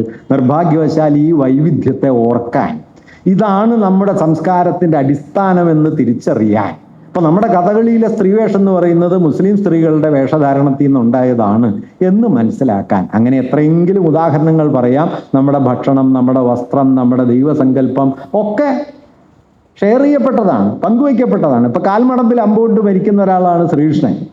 ഇതുപോലെ കാൽമടമ്പിൽ അമ്പുകൊണ്ട് മരിച്ച ഒരാളാണ് അക്കിലസ്. യമുനയെ വഴിമാറ്റി ഒഴുക്കിയ ആളാണ് ബലരാമൻ. ഇതുപോലെ നദിയെ വഴിതിരിച്ചു വിട്ട ഒരാളാണ് നമ്മുടെ ഹെർക്കുലീസ്. ഉച്ചവരെ കല്ലുരുറ്റി മോളിൽ കയറ്റിയിട്ട് താഴേക്ക് വിടുന്ന നാരായണത്ത് ഭ്രാന്തനുണ്ടല്ലോ, ഇതേ ഭ്രാന്ത് ഗ്രീസിലുണ്ട്, സിസിഫീസ്. ഇങ്ങനെ കേസരി ബാലകൃഷ്ണപിള്ള അതിനെക്കുറിച്ച് പറഞ്ഞിട്ടൊരു മനോഹരായ വാക്യം പറയും. അദ്ദേഹം പറയുന്നത്, ഐതിഹ്യങ്ങളുടെ തോണിയിൽ കയറി സഞ്ചരിച്ചാൽ അത് നിങ്ങളുടെ കടവിൽ അടുക്കുന്നതിന് മുമ്പ് നിരവധി കടവുകളിൽ അടുത്തിരുന്നു എന്ന് കാണാൻ പറ്റും. അല്ല, നിങ്ങളുടെ പഞ്ചായത്തിലേക്ക് മാത്രമായിട്ട് ഒരു ഐതിഹ്യമില്ല. ഇതൊക്കെ മനുഷ്യവംശം പങ്കുവെച്ച് ഇവിടെ ആ ഐതിഹ്യം വന്നിറങ്ങി, കുറച്ച് നമ്മളെടുത്തു, ഇവിടെ നിന്ന് കുറച്ച് അതിൽ കയറി, അതങ്ങോട്ട് പോയി, അങ്ങനെ പോവാണ്.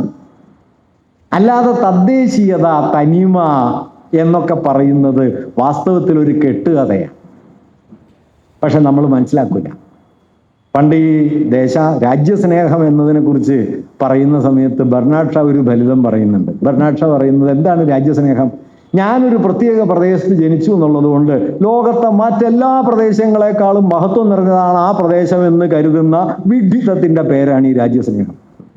എൻ്റെ പഞ്ചായത്ത് ലോകത്തെ ഏറ്റവും പ്രധാനപ്പെട്ട പഞ്ചായത്താണ്. വിജയമാഷ് പണ്ട് പറയും, അമ്പിളി നമ്മുടെ മാനത്താണ് ഉദിച്ചതെന്ന് കരുതാൻ എല്ലാവർക്കും അവകാശമുണ്ട്. എപ്പോൾ വരെയാണെന്ന് ചോദിച്ചു കഴിഞ്ഞാൽ അപ്പുറത്തെ പറമ്പിൽ പോയി നോക്കുന്നത് വരെയാണ്. അപ്പുറത്തെ പറമ്പിൽ നോക്കി അവിടെയും ചന്ദ്രൻ ഉദിച്ചിട്ടുണ്ടാവും. നോക്കാതിരിക്കുന്നതിൻ്റെ പേരാണ് ഈ രാജ്യസ്നേഹം. അപ്പൊ നമ്മുടെ പറമ്പാണെന്ന് തോന്നും. ഞാൻ പറഞ്ഞു വന്ന പോയിന്റ് എന്താന്ന് വെച്ച് കഴിഞ്ഞാൽ, ഇങ്ങനെ നമ്മുടെ സംസ്കാരത്തിന്റെ പിന്നിലുള്ള ഈ അതിദീർഘമായ കൊടുക്കൽ വാങ്ങലിന്റെ, നമ്മുടെ ചരിത്രം എന്ന് പറയുന്ന വമ്പിച്ച ഒരു പങ്കുവയ്പിന്റെ ഓർമ്മ നമ്മിൽ നിന്ന് എടുത്തു മാറ്റപ്പെട്ടു. നമുക്കില്ല. മഹാഭാരതം ആദ്യമായിട്ട് വിവർത്തനം ചെയ്യപ്പെട്ടത് ഒരു ഇന്ത്യൻ ഭാഷയിലേക്കോ അല്ല, പേർഷ്യൻ ഭാഷയിലേക്കാണ്. റസംനാമ എന്ന പേരിൽ അക്ബറുടെ കാലത്ത്. ഉപനിഷത്തുകൾ ആദ്യമായിട്ട് പുറത്തുപോയത് ഇംഗ്ലീഷിലേക്കല്ല, മറ്റേതെങ്കിലും ഇന്ത്യൻ ഭാഷയിലേക്കല്ല, പേർഷ്യനിലേക്കാണ്. ഷാജഹാന്റെ മൂത്ത മകനായ ദാരാ ഷുക്കോവാണ് അത് ട്രാൻസ്ലേറ്റ് ചെയ്തത്. മധ്യകാല ഇന്ത്യ ദക്ഷിണേന്ത്യയോട് ഉത്തരേന്ത്യ പുലർത്തിയ ബന്ധത്തെക്കാൾ എത്രയോ കൂടുതൽ ബന്ധം ഉത്തരേന്ത്യ പേർഷ്യയോട് പുലർത്തി. നമ്മുടെ സംഗീതം, നമ്മുടെ വാസ്തുശില്പം, നമ്മുടെ മിനിയേച്ചർ പെയിന്റിങ്, കഥക്ക് പോലുള്ള നൃത്തരൂപങ്ങൾ, ഹിന്ദുസ്ഥാനി പോലുള്ള ഭാഷകൾ, ഇങ്ങനെ സംസ്കാരത്തിന്റെ ഏതെല്ലാം പ്രതലങ്ങളിൽ പേർഷ്യൻ ബന്ധം കൂടിക്കലർന്നു. ഇന്ന് ആരെങ്കിലും ഓർക്കുന്നുണ്ടോ? ഇന്ന് പേർഷ്യൻ എന്ന് പറഞ്ഞു കഴിഞ്ഞാൽ ഏതോ വിദേശ ഭാഷയാണെന്നാണ് കരുതുക. കേസരി ബാലകൃഷ്ണപിള്ള വളരെ രസമുള്ളൊരു ഉദാഹരണം പറയുന്നുണ്ട്. നമ്മൾ ഈ ധൂളി ചിത്രം വരയ്ക്കുമല്ലോ, നമ്മുടെ കളം വരയ്ക്കൽ വടക്കേ മലബാറിലൊക്കെ വളരെ ശക്തമാണ്, കളം വരയ്ക്കും. കേസരി അതിനെക്കുറിച്ച് പറയുന്ന ഒരു കാര്യം, ഈ ധൂളി ചിത്രങ്ങളിലെ രേഖാ സമ്പ്രദായം പേർഷ്യയിലെ ഭൂഭാഗ ചിത്രണ രീതിയിൽ നിന്ന് വികസിച്ചു വന്നതാണ്. പേർഷ്യൻ കലാസമ്പ്രദായവുമായി, കാരണം പേർഷ്യയും ഇന്ത്യയും തമ്മിൽ ചരിത്രപരമായ വലിയൊരു അടുപ്പമുണ്ട്. പേർഷ്യയിലേക്കും ഇന്ത്യയിലേക്കും ഉസ്ബെക്കിസ്ഥാനിൽ നിന്നോ കാസ്പിയൻ കടലിന്റെ തീരത്ത് നിന്നോ യാത്ര പുറപ്പെട്ട് ഇന്ത്യയിലും അതുപോലെ പേർഷ്യയിലും കുടിയേറിയ ഒരു ജനവിഭാഗമാണ് ആര്യന്മാർ. ആ കുടിയേറ്റാണ് 5000 കൊല്ലം മുമ്പ് നടന്നത്.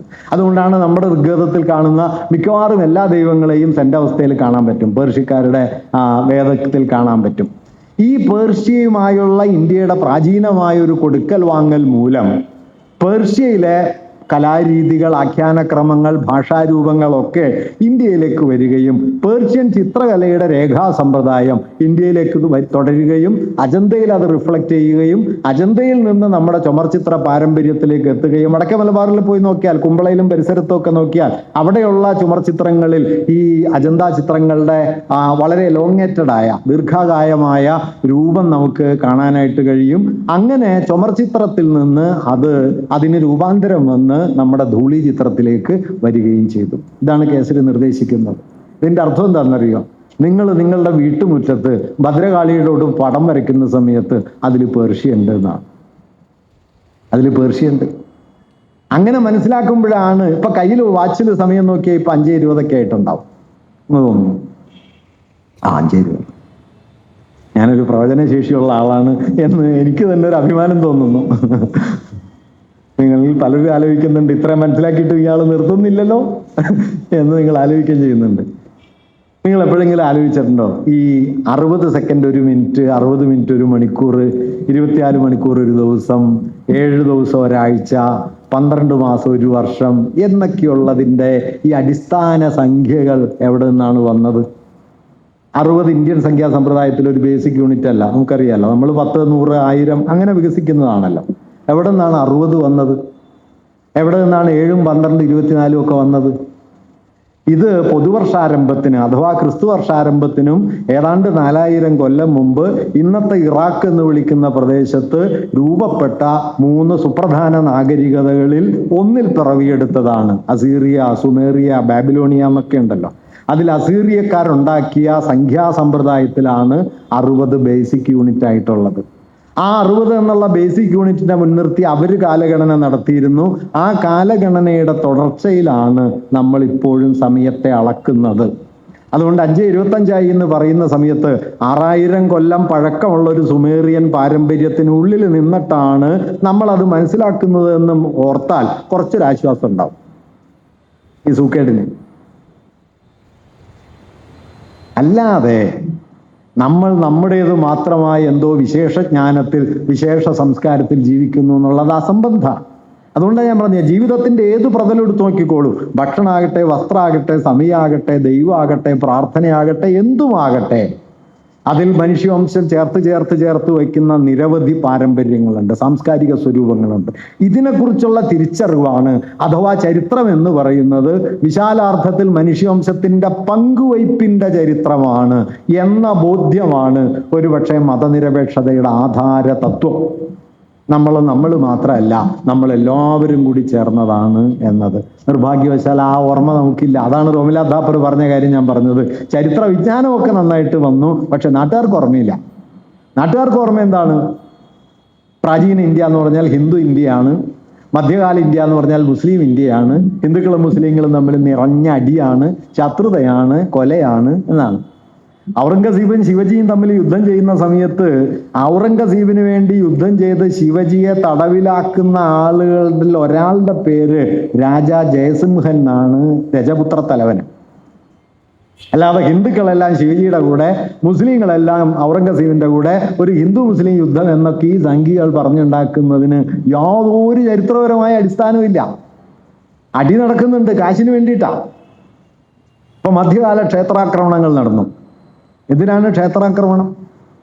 ക്ഷേത്രാക്രമിച്ച് മതം നശിപ്പിക്കാനൊന്നുമല്ല. അതൊക്കെ ചിലപ്പോൾ പറഞ്ഞു പോയിട്ടുണ്ടാവും.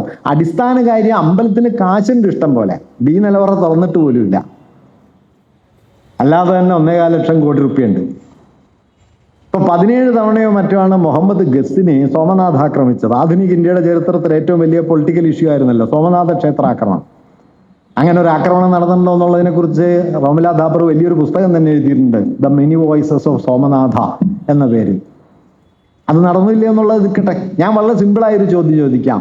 മതവിദ്വേഷം കൊണ്ട് ഒരാ ക്ഷേത്രം ആക്രമിച്ച് തകർക്കുകയാണെങ്കിൽ ആദ്യത്തെ വരവിന് ഇത് തവിടുപൊടിയാക്കിയിട്ട് പോയാൽ പോരെ? അല്ലാതെ 17 തവണ ആണ്ടോടാണ്ട് മലക്ക് പോണ പോലെ വരണം. ചെറിയ ദൂരമൊന്നുമല്ല, അഫ്ഗാനിസ്ഥാനിന്റെ അപ്പുറത്തുനിന്ന് പുറപ്പെട്ടു വേണം ഇവിടെ വരാൻ. എല്ലാ കൊല്ലവും വരും, 13 തവണയോ 17 തവണയോ വന്നു. അടുത്ത തവണ വരാഞ്ഞ എന്താന്ന് വെച്ചാൽ മൂപ്പര് മരിച്ചുപോയി, അല്ലെങ്കിൽ അടുത്ത തവണ വന്നേനെ. എന്തുകൊണ്ടാന്ന് വെച്ചാൽ ഇത്രയും കൊള്ളയ്ക്ക് ശേഷവും കാശ് തീർന്നിട്ടില്ല. മധ്യകാല ക്ഷേത്രങ്ങൾ എന്ന് പറയുന്നത് സമ്പത്തിന്റെയും അധികാരത്തിന്റെയും ക്ഷേത്രമാണ്, ഭക്തിയുടെ ക്ഷേത്ര കേന്ദ്രങ്ങൾ മാത്രമൊന്നുമില്ല. സമ്പത്തിനും അധികാരത്തിനും വേണ്ടിയുള്ള എല്ലാ മത്സരങ്ങളും ക്ഷേത്രത്തിലേക്കും വരും. ഇതിനെ പക്ഷേ പിന്നീട് മതഭ്രാന്താക്കി. ടിപ്പു സുൽത്താൻ വടക്കേ മലബാറിലെ ജന്മിമാരെ കൊള്ളയടിച്ചത് മതവിദ്വേഷം കൊണ്ടാണെന്ന് പ്രചരിപ്പിച്ചു.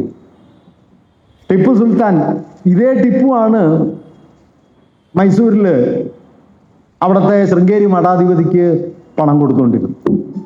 കാരണം കമ്പനിയും ടിപ്പുവും തമ്മിലുള്ള യുദ്ധത്തിൽ ശൃംഗേരി മഠം ടിപ്പുവിൻ്റെ കൂടെയാണ്, മലബാറിലെ നമ്പൂതിരിമാർ കമ്പനിയുടെ കൂടെയാണ്. ഈ പ്രശ്നം പറയില്ല. കമ്പനിയുടെ കൂടെ ഉള്ളവരെ കമ്പനി തുണച്ചു, തന്നോടൊപ്പം ഉള്ളവരെ ടിപ്പു തുണച്ചു, എതിരാളികളെ ടിപ്പു ആക്രമിച്ചു. തികച്ചും പൊളിറ്റിക്കലായ ഒരു കോൺഫ്ലിക്റ്റിനെ റിലീജിയസ് ആയ കമ്മ്യൂണലായ ഒരു കോൺഫ്ലിക്റ്റ് ആയിട്ട് അവതരിപ്പിച്ചുകൊണ്ടാണ് ദേശീയ പ്രസ്ഥാനം, സ്വാതന്ത്ര്യ സമരാശയങ്ങൾ, വർഗീയവാദം, പൊതുബോധം ഒക്കെ രൂപപ്പെട്ടത്. അതിനെ ചലഞ്ച് ചെയ്യാനായിട്ട് നമുക്കിപ്പോഴും പറ്റിയിട്ടില്ല. ഞാൻ പറഞ്ഞു വന്ന പോയിന്റ് ഇത്രയേ ഉള്ളൂ. ഇന്ത്യയുടെ സാംസ്കാരികമായ ബഹുത്വത്തെ, ഇന്ത്യ ചരിത്രത്തിൽ അതിദീർഘമായ പങ്കുവയ്പ്പിന്റെ ചരിത്രത്തെ, നമ്മുടെ ജീവിതത്തിന്റെ എല്ലാ പ്രതലങ്ങളിലുമുള്ള സാമൂഹികമായ കൊടുക്കൽ വാങ്ങലുകളെ നമ്മുടെ ജീവിതബോധത്തിന്റെ ആധാരമാക്കിയാൽ നമ്മുടെ ഭരണഘടനയുടെ 1-ാമത്തെ ആർട്ടിക്കിളിലെ ആദ്യത്തെ വാക്യം നമുക്ക് എളുപ്പം മനസ്സിലാവും. India that is Bharat shall be a union of states. ബഹുത്വമാണ് നമ്മുടെ അടിസ്ഥാനം. നിർഭാഗ്യവശാൽ ഇതൊരു ലീഗൽ പ്രിൻസിപ്പിൾ എന്ന നിലയ്ക്ക് തെറ്റിദ്ധരിക്കുകയും നമ്മുടെ ജീവിതാധാരമാണ് ഇത് എന്ന് മനസ്സിലാകാതെ പോവുകയും ചെയ്യുന്നിടത്ത് നിന്നാണ് ഭരണഘടന വലിയ പ്രതിസന്ധിയിലേക്ക് നീങ്ങുന്നത്, നമ്മുടെ സാമൂഹ്യ ബോധം പ്രതിസന്ധിയിലേക്ക് നീങ്ങുന്നത്. ചരിത്രത്തെ തടവിലാക്കിക്കൊണ്ട് ഫാഷിസം നമുക്കുമേൽ വലിയ തേരോട്ടം നടത്തുന്നത്. അതുകൊണ്ട് ഫാഷിസത്തിനെതിരായ സമരത്തിന്റെ സുപ്രധാനമായ ഒരടിസ്ഥാനം എന്ന് പറയുന്നത് അത് നമ്മുടെ സംസ്കാരത്തിന്റെ, നമ്മുടെ ഭൂതകാലത്തിന്റെ വൈവിധ്യത്തെ, ബഹുത്വത്തെ ഉയർത്തിപ്പിടിക്കുക, ആ ബഹുത്വത്തെ മുൻനിർത്തി വികസിച്ചു വന്ന ഭരണഘടനാ സങ്കല്പങ്ങൾ ഉയർത്തിപ്പിടിക്കുക. ഭരണഘടന എന്നുള്ളതൊരു ലീഗൽ ഡോക്യുമെന്റ് എന്നതിനപ്പുറം അതിൽ നിലീനമായിരിക്കുന്ന വലിയൊരു സാമൂഹികമായ വൈവിധ്യത്തിന്റെ സങ്കല്പമുണ്ട് എന്ന് മനസ്സിലാക്കുക.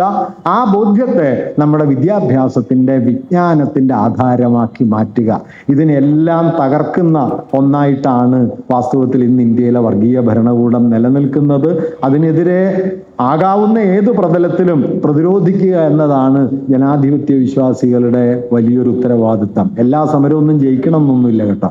ജയിക്കാത്ത സമരങ്ങളൊക്കെ പാഴായിപ്പോയി എന്ന് ധരിക്കുകയും ചെയ്യരുത്. അപ്പൊ ആളുകൾ ചോദിക്കും, നിങ്ങൾ ആ സമരം ചെയ്തിട്ട് എന്തായി, ഈ സമരം ചെയ്തിട്ട് എന്തായി എന്നൊക്കെ ചോദിക്കും. അതിലൊരർത്ഥമില്ല. ഞാൻ പറഞ്ഞല്ലോ, അവസാനം തീപിടിച്ച ഒരു സമരത്തിന്റെ പുറകിൽ 12 വർഷം തോറ്റുപോയ സമരങ്ങളുണ്ട്. പണ്ട് ഈ പിക്കാസോയോട് ഒരാള് ഒരു പോർട്രേറ്റ് വരച്ചു കൊടുക്കാൻ പറഞ്ഞു, കാരിക്കേച്ചർ, അയാളുടെ ഒരു പടം വരച്ചു കൊടുക്കാൻ പറഞ്ഞു. പിക്കാസോ ഒരു ഷീറ്റ് എടുത്തിട്ട് വേഗം ഇയാളുടെ ഒരു പോർട്രേറ്റ് പോലെ ഒരു കാരിക്കേച്ചർ വരച്ചു കൊടുത്തിട്ട് അയാൾ കൊടുത്തിട്ട് പറഞ്ഞു $2000 വില എന്ന് പറഞ്ഞു. അപ്പൊ അയാൾ പിക്കാസോട് ചോദിച്ചു, $2000 നിങ്ങൾ ആകെ 5 മിനിറ്റ് അല്ലേ എടുത്തുള്ളൂ? അപ്പൊ പിക്കാസോ പറഞ്ഞു, 5 മിനിറ്റ് അല്ല, 55 കൊല്ലാണ്. 5 മിനിറ്റ് കൊണ്ട് വരച്ചെങ്കിലും അതിന്റെ പുറകിൽ 55 കൊല്ലമുണ്ട്. ഇപ്പൊ ഒരു സമരം ജയിച്ചെങ്കിലും പരാജയപ്പെട്ട അത്രയും സമരങ്ങളുടെ ഊർജ്ജം അതിന്റെ പിന്നിലുണ്ട്. അതുകൊണ്ട് പരാജയപ്പെടുന്ന ഓരോ സമരത്തിനും ഭാവിക്ക് വേണ്ടി അത് ചിലത് കരുതി വെക്കുന്നുണ്ട്. ഗുരുവായൂർ സത്യാഗ്രഹം വിജയിച്ച സമരമല്ല, വൈക്കം സത്യാഗ്രഹം വിജയിച്ച സമരമല്ല, തോറ്റ സമരങ്ങൾ പക്ഷെ നമ്മുടെ ജനതയെ വിജയിപ്പിച്ചു എന്നുകൂടിയാണ് നമ്മൾ മനസ്സിലാക്കേണ്ടത്. അതുകൊണ്ട് സമരസജ്ജരായിരിക്കുക, ഒരു പരാജയത്തിന്റെ മുമ്പിലും കീഴടങ്ങാതിരിക്കുക. എല്ലാ പരാജയങ്ങളും, എല്ലാ സമരവും വിജയിക്കേണ്ട കാര്യമൊന്നുമില്ല. പരാജയങ്ങളുടെ രുചി നുണഞ്ഞുകൂടിയാണ് വാസ്തവത്തിൽ നമുക്ക് മുമ്പോട്ട് പോകാൻ പറ്റുക. പണ്ട് വിജയൻ മാഷ് VS-നെ കുറിച്ച് പറയും, പരാജയം ഭക്ഷിച്ച് ജീവിച്ച ഒരാളാണ് എന്ന് VS-നെ കുറിച്ച് പറയും. അതുകൊണ്ട് പരാജയങ്ങൾ എന്ന് പറയുന്നത് വാസ്തവത്തിൽ ഒരു സമരമുഹൂർത്തത്തിലെ വളരെ പ്രധാനപ്പെട്ട കാര്യങ്ങളാണ്. അത് ഒരു സമൂഹത്തെ അകമേ മാറ്റുന്നു. മോളിക്കുലാർ ലെവലിൽ, ജീവിതബോധത്തിന്റെ സൂക്ഷ്മതലത്തിൽ അവരെ മാറ്റുന്നു.